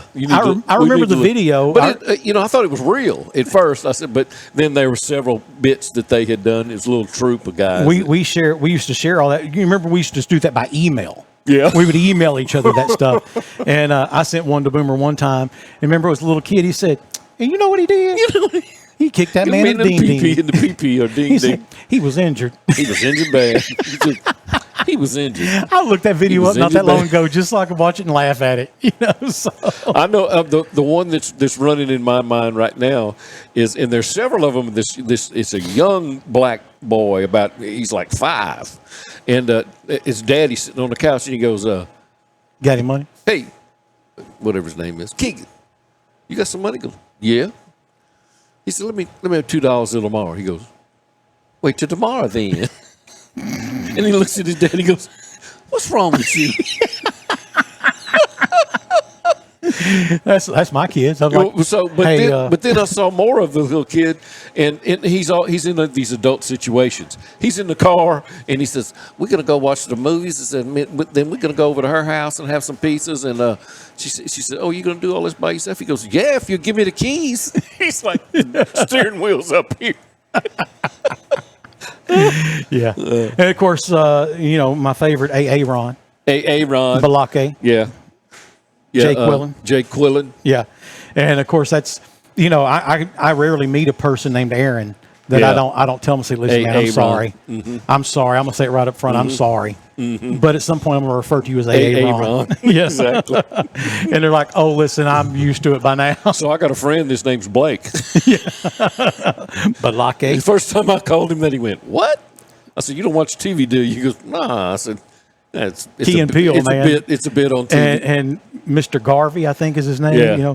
I taught in the inner city for 20 years. Yeah. So. Don't mess with me. Yeah. You want to go to war, Jake Quillen?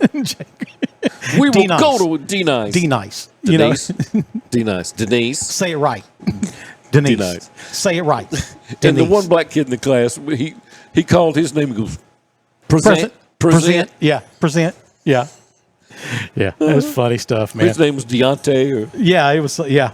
All right, we're going to take a break. When we come back, we'll have more of Off the Back Porch right after this. It's the one golf tournament everyone circles on their calendar. Serious and casual golfers alike love to play in the 32nd Annual First Financial Bank Share Golf Tournament, September 27th and 28th. 2 courses over 2 days. The Lions Club Municipal Course and the award-winning Mystic Creek Golf Course. Registrations are open now, and a number of sponsorships are still available. Proceeds from the tournament benefit the South Arkansas Regional Hospital Foundation. For more information on the 32nd Annual First Financial Bank Share Golf Tournament or to register online, go to sharefoundation.com. You've waited all year. Don't miss it. Hell, there's hell everywhere I go. I'm just sticking with the devil I know.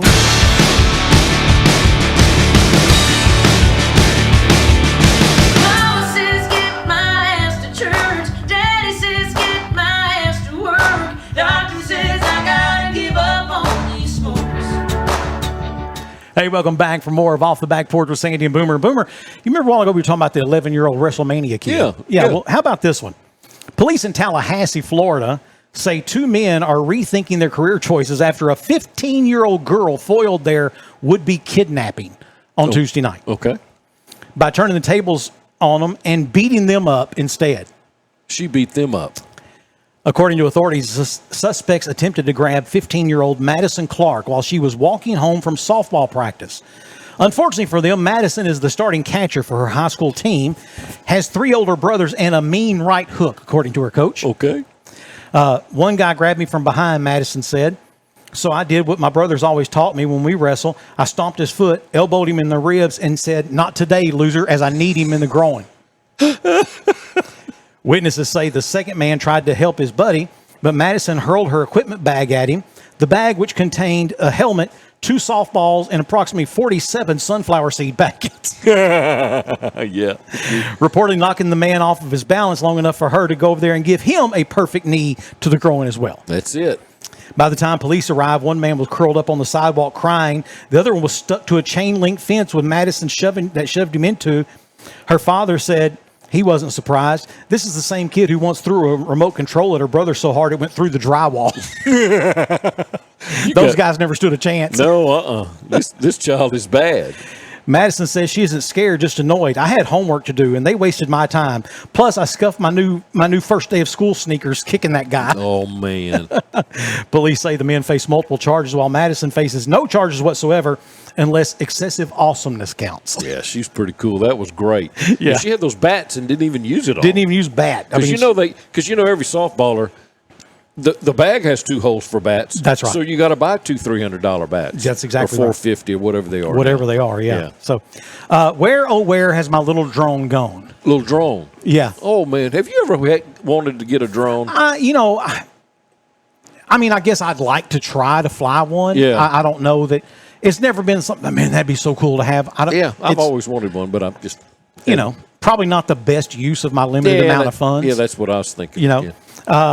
Plus, they won't let you fly them up and look at the ducks. You can't do that out there. No. That's you go to jail for that. Yeah. That's the other thing about duck hunting. Yeah, there's a lot of ways you can go to jail. There's a lot of ways to go to jail, and we're not talking about just the local game wardens either. No, where y'all hunt, y'all got federal guys. Yeah. And they don't play. Yeah, they don't. They carry guns, and they are very serious about it. They've got more leeway to do things than the police do. Yes. They are federal agents. Yeah, they're federal agents, and they're out in the wild, so they've got a lot of leeway. So, for example, yes, public service announcement here, ladies and gentlemen. I know we tell you all the time, don't listen to us because we're idiots, but this is one of those times where it is against the law to lie to a federal agent. Yeah. Period. Mm-hmm. That's why 3 times in my life I've been interviewed by the FBI, and all 3 times I have said, I'll be happy to talk to you with my attorney. Yeah. Because I'm not. Nope. We're not going to have a he said, I said. Yeah. Nope. Not going to happen. Yeah. One time I had a couple of FBI agents. They said they wanted to talk to me about something. I was like, okay. And one of them slid an envelope over in front of me. And I was like, I looked at it. He said, "You can open that." I said, "Why would I want to open that?" "Well, I think you'll find that interesting." So I opened it up, and there was a picture of me handing an envelope of money to a guy. And he said, "What's in that envelope?" I said, "Oh, I'm sorry. You're asking questions. This is no longer just us talking. This is an interrogation. We'll have to take this up with my attorney. We'll come meet you at your office." Mm-hmm. No. I said, yeah. Off the record. Never. Never it's off the record. never off the record. Mm-hmm. Yeah. Yeah, we had well, it was the Oklahoma State Bureau of OSBI, so it wasn't federals. And they came in for an investigation. The oil company I worked for, there was some stealing going on like there always is in the oil field. And the guy was conducting interviews in my office. So I come in and sit on the other side of my desk for him to interview me. Well, he asked me some questions, and, I didn't know anything about it. So I just said, no, I don't know. And so then he cocks back and kicks his feet up on top of the desk and crosses his arms behind. He said, Troy, off the record. I said, no, it's no off the record. I said, get your feet off my desk. That's my desk. He said, oh, this is your office? I said, yes, you're in my office. Yeah, you see the diploma on the wall behind you? It says Troy Mike on it. Yeah, so there were some things going on. In fact, my boss said, at that auction that you went to, said, do you remember being approached by some prostitutes? I said, prostitutes? What? I said, no. He said there was a girl that was wearing stickers and had the hat on with stickers all over it. I said, well, she came up to me and asked me if I had any stickers. Everybody in the oil field had the little stickers you'd put on your hard hat or whatever. Yeah. She was just getting stickers. So I handed her one of my stickers. And she said, put it on me. I said, I handed it to her. I said, no, I don't want to put it on you. But I said, I said, if she was a prostitute, yes, then I was encountered. But that's the first I'm hearing of it. But there was never any prostituting going on. There was never an exchange or negotiation. I said, I'm not trying to get in any prostituting today. I was just coming for oil field equipment auction, and my wife just frowns on that prostituting stuff, and I would prefer not to be prostituting with no prostitute. Never mind. I'm not going to tell that story. No, you're going to tell that story? No, I'm not going to tell that story. Well, anyway, don't lie to the FBI. Don't lie to federal agents. Yeah. That's what it boils down to. Don't do that. So we're talking about drones. Imagine this, Boomer. You and Frew are at home. You hear a clatter at the back of your house. You go outside to investigate, and you find an incapacitated, broken down drone in your backyard. Okay. So you bring the drone in the house. And tied to the bottom is a black or brown burlap little bitty sack. Okay. You open the sack up, and there's 4 individual little baggies in there that have people's names on them. Well, 3 of them have names, and one says for all of you to share. And the substance in each one of them is a white powdery substance. What are you going to do? Call a popo. Exactly right. Well, that's what this couple did. They did exactly that. That's what happened to a Hillsborough County couple in Lutz, Florida. They called the sheriff's department, and deputies arrived on the scene then to find a man trying to climb their fence to get into their backyard. Now, in the sheriff's office out front?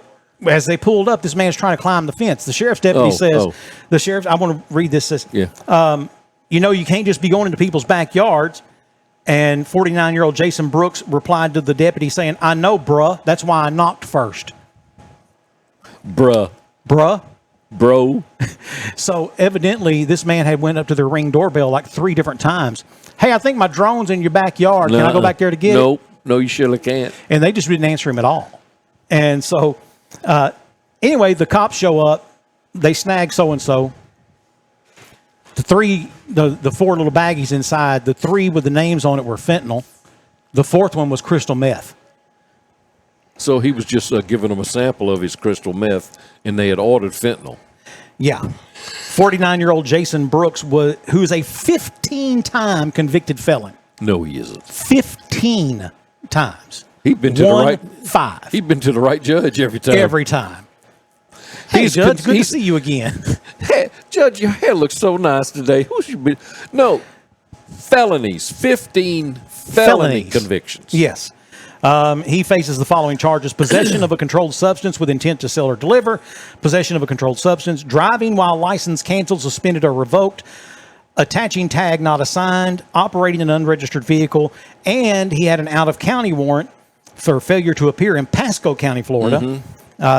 Jail records show he is still being held without bond due to the outstanding warrant. And trying to be like Amazon, delivering product with a drone. With a drone. So, how about a bonus Florida man? Every one of our stories, I think, have been out of Florida, except the one that was out of Springfield, Ohio. Yeah, and I've been Illinois.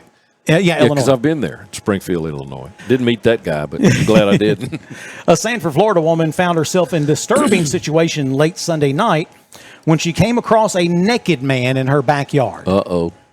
The mother told investigators she'd been bottle feeding her 5-month-old, but while she was in the living room, she managed to catch something out of the side of her eye. The living room blinds were partially opened, and she could only see his naked legs from the thigh down. While she walked from room to room, she could see the rest of his body was completely nude. Investigators said the mother then opened the window blinds and began to scream at him as she saw that the man, identified as 44-year-old Robin Carr, began touching himself while looking at her and the child. Is it impure manner? Yes. Now she's screaming at him, get out of my yard. Mm-hmm. Well, her boyfriend, who's in the other part of the house, comes walking in there. Like, what's going on? She points. Well, this guy takes off running now. Mm-hmm. Naked guy takes off running. Boyfriend takes off after him. And boyfriend catches him at a intersection a couple blocks away. Police pull up, and the police wrote in their report, they said, pulled up to find 2 individuals fighting on the ground, one clothed and one naked. I immediately handcuffed the naked guy. Yeah, that was good. That's you. I don't have to ask questions. No, you assessed the situation, and you knew that anybody that's naked on the street corner needs to be in handcuffs. I don't need to say what's going on here. Nothing. Get off! I got him. Yeah, hold his arm behind his back. They did arrest him. Carr reportedly told police he'd never do it again, and that it was an accident, but he didn't elaborate what that meant. Said he went in the backyard looking for a place to defecate. As a result, he was arrested, now faces charge of lewd or lascivious exhibition involving an adult and lewd or lascivious exhibition involving a victim under 16 years of age. He is being held on a $150,000 bond. Yeah. As well, he should be. Yeah. All right. We're going to take a break. When we come back, we're going to wrap it up with what's going on around the area, and we'll do it right after this with more of Off the Back Porch. For nearly 50 years, South Arkansas floors have been covered by El Dorado Custom Carpets, and not just carpets, but true hardwood, laminate, stone, porcelain, ceramic, marble, and more. And guess what? It doesn't end with just floors. El Dorado Custom Carpets carries a tremendous selection of backsplash, wall tile, and area rugs. The truth of the matter is, one commercial can't come close to telling you everything you can find at El Dorado Custom Carpets, 1601 East Main Street in El Dorado. Call 870-862-4945. With a name you trust, you can count on us. Glen Mechanical, plumbing, heating, and air. For over 6 decades, Glen Mechanical has been specializing in HVAC, plumbing, and all mechanical jobs. 3 generations family-owned and operated since 1956. Glen Mechanical's business is based on relationships. They support and give back to the communities they work in. Contact them for all of your HVAC, plumbing, and mechanical needs. GlenMechanical.com. Welcome back for more of Off the Back Porch with Sandy and Boomer. And Boomer, what a great show we've had today. Yeah, we had good guests talking about the Share Tournament. And that's going to be September 27th and 28th. Yes. It's going to be at the Lions Club, also at Mystic Creek. And a great tournament that's been going on for 32 years. Yeah. We said 33 because we counted the COVID year. Yeah. And you and I played in some of those. And like I said, I played in the very first one, and it was far different. It was almost like show up and we'll give you something and you go play and then we'll write it down. And so anyway, yeah. Good tournament. Actually, some of my favorite golf memories come from the Share Tournament. Yeah. And mainly because that's just one of those where it's kind of like picking a prom date. You got to ask somebody way early. Yeah. Mm-hmm. Hey, will you play in the Share with me? Mm-hmm. Because if you wait till now, chances are they're already booked up. Well, plus hackers. Like I don't know if you consider yourself a hacker. I do consider myself a hacker. Best ball or scrambles are more fun because you don't have the pressure of hitting your own ball every time. You can pick, out of 4 people sometimes, if you got 4 hackers, somebody will luck out and get one. Yeah. So anyway, it's a lot more fun. Yeah. Hey, September the 19th, Blackstrap is going to be at Madhouse 101. You've heard them before, haven't you? Yes. Yeah. This Saturday, South Arkansas Expo, Outdoor Expo, is that's Deltic Timber, and a whole bunch of people are sponsoring that. Arkansas State Parks, South Arkansas Historical Preservation. But it's an outdoor expo, and I like the guy every year that's coming, the chainsaw artist. He can make a log look like a deer, or make it look like a bear, or whatever. So. This is a little bit ahead. That's going to be in October, Night of the Living Newtons. At the Newton House, yes. It's going to be at the Newton House, October the 25th from 6 to 10. Admission's $5 to get in, but it's going to be that's going to be interesting to see what that's about. Yes. I ain't going. Because, when the devil say hello, we say goodbye. Yeah. So, hey, do you know who Caden Wilson is? I do. Yeah. Rising young star.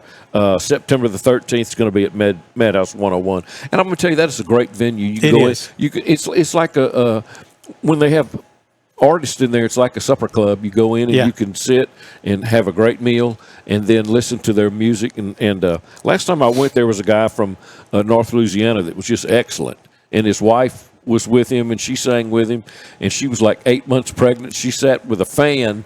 Sat down the whole time and sang back up with him. It was great. And let's see, there's another golf tournament. Where did I find it? I can't find it. Well, while you look for that, let's talk about October 24th and 25th.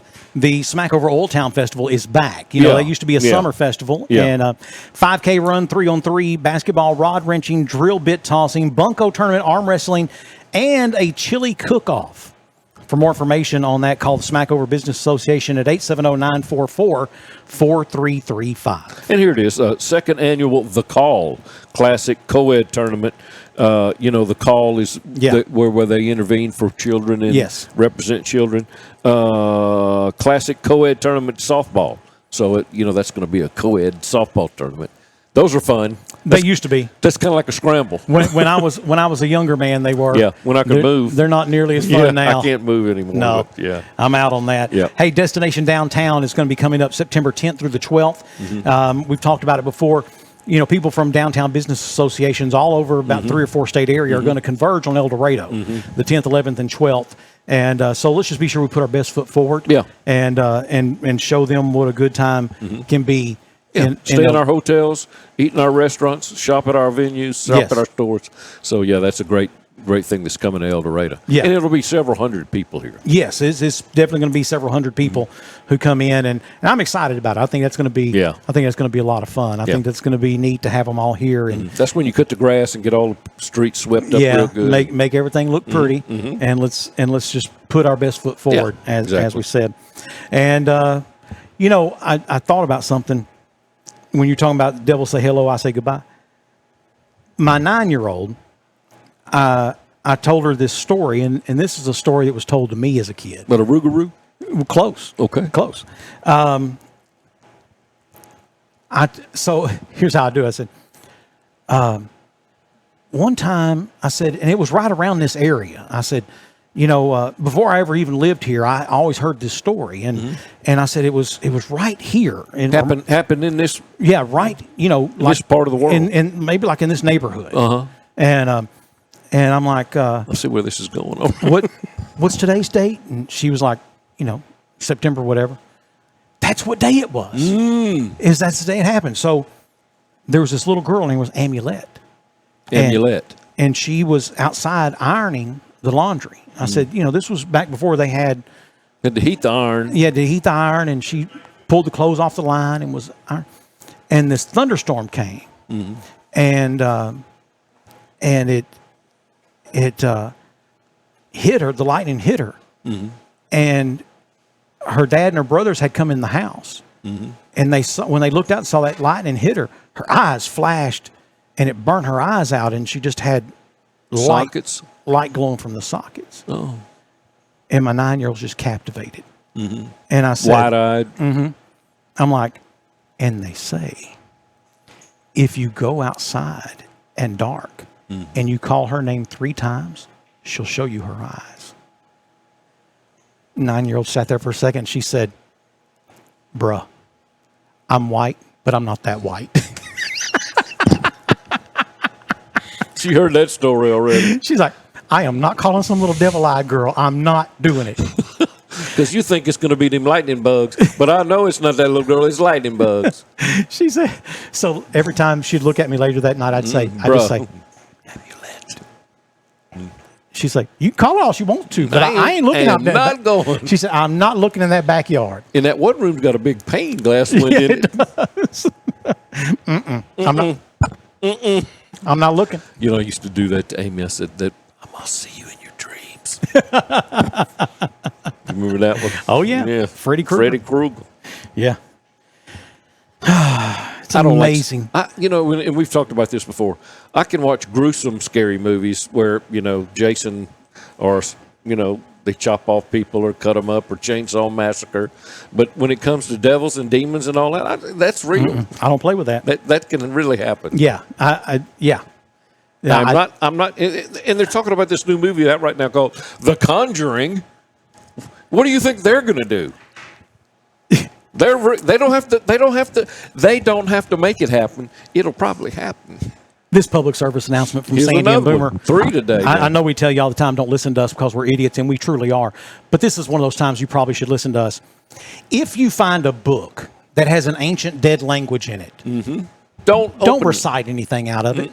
Don't start using words out of that book, because chances are something's going to happen you're not going to like.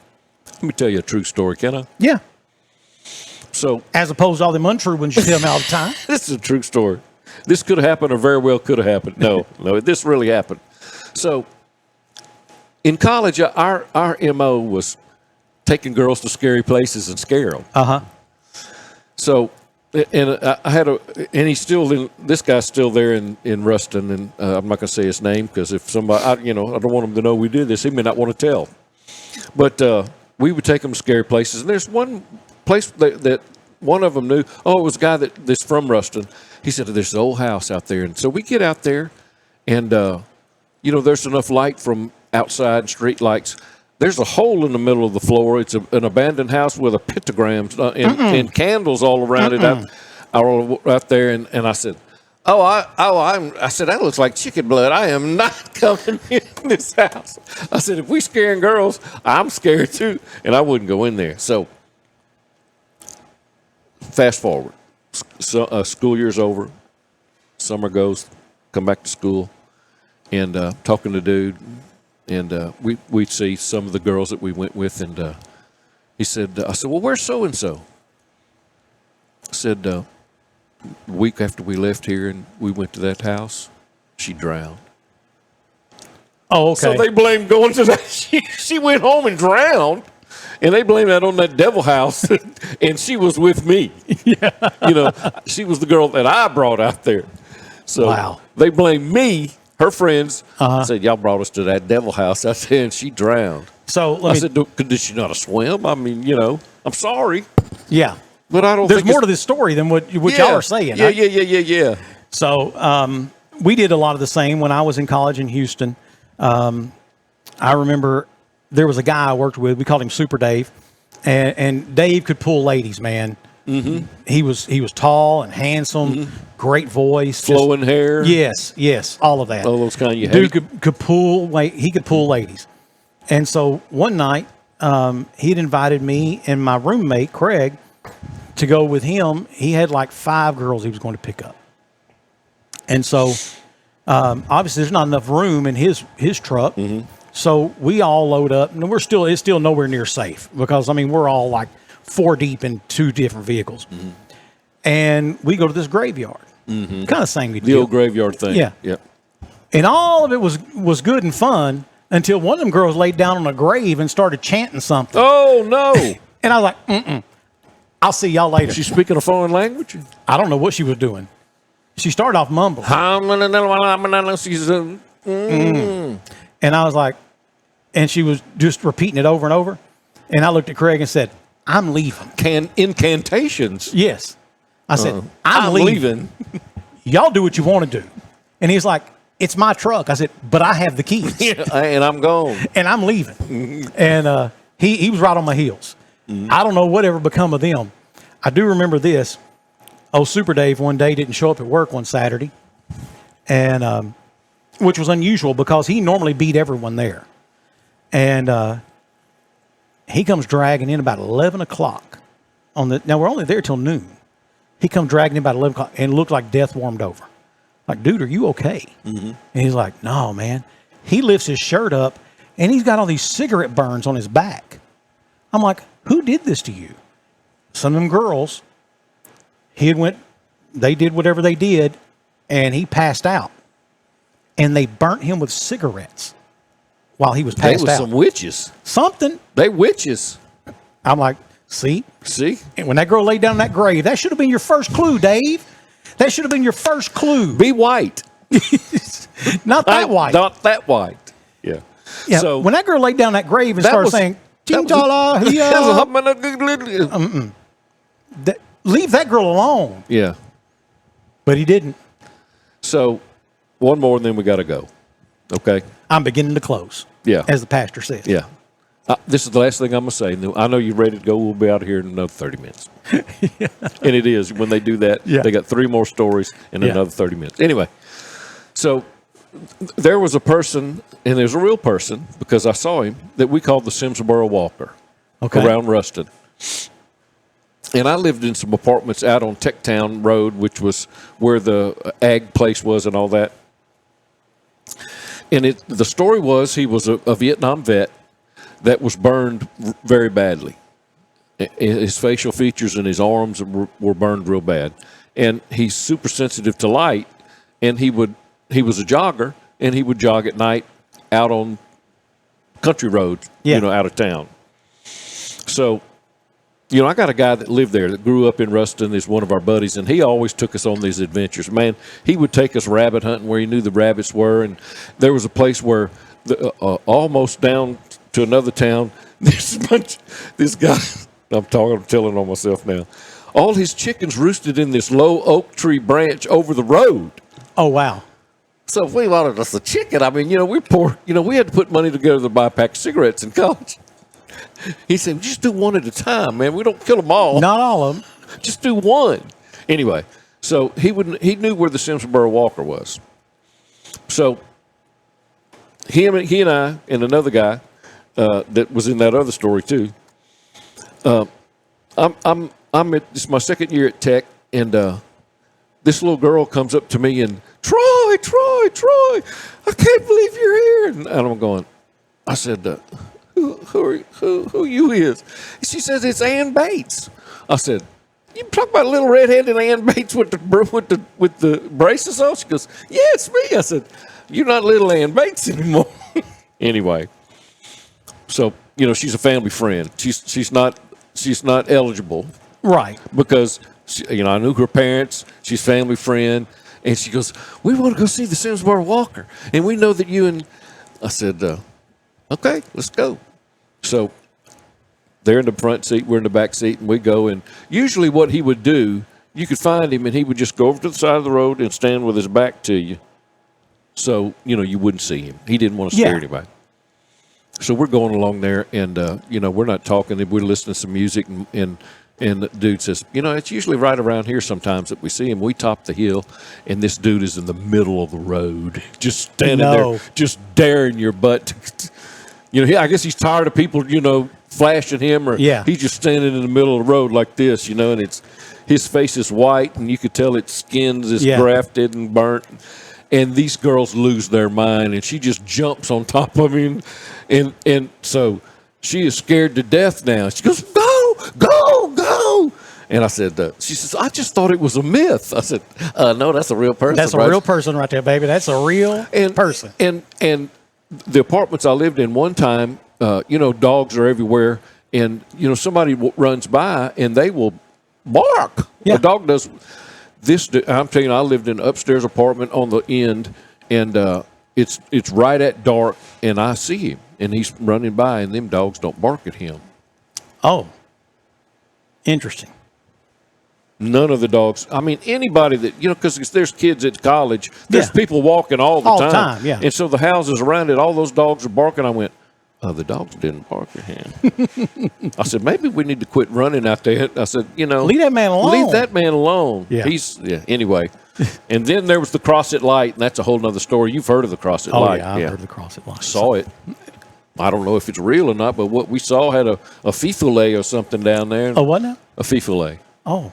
You know what a filet is. Yeah, I was going to say, so your Cajun accent come back real quick. The filet. Yeah. Hey, what are those little white dogs called? Those little white curly-haired lap dogs?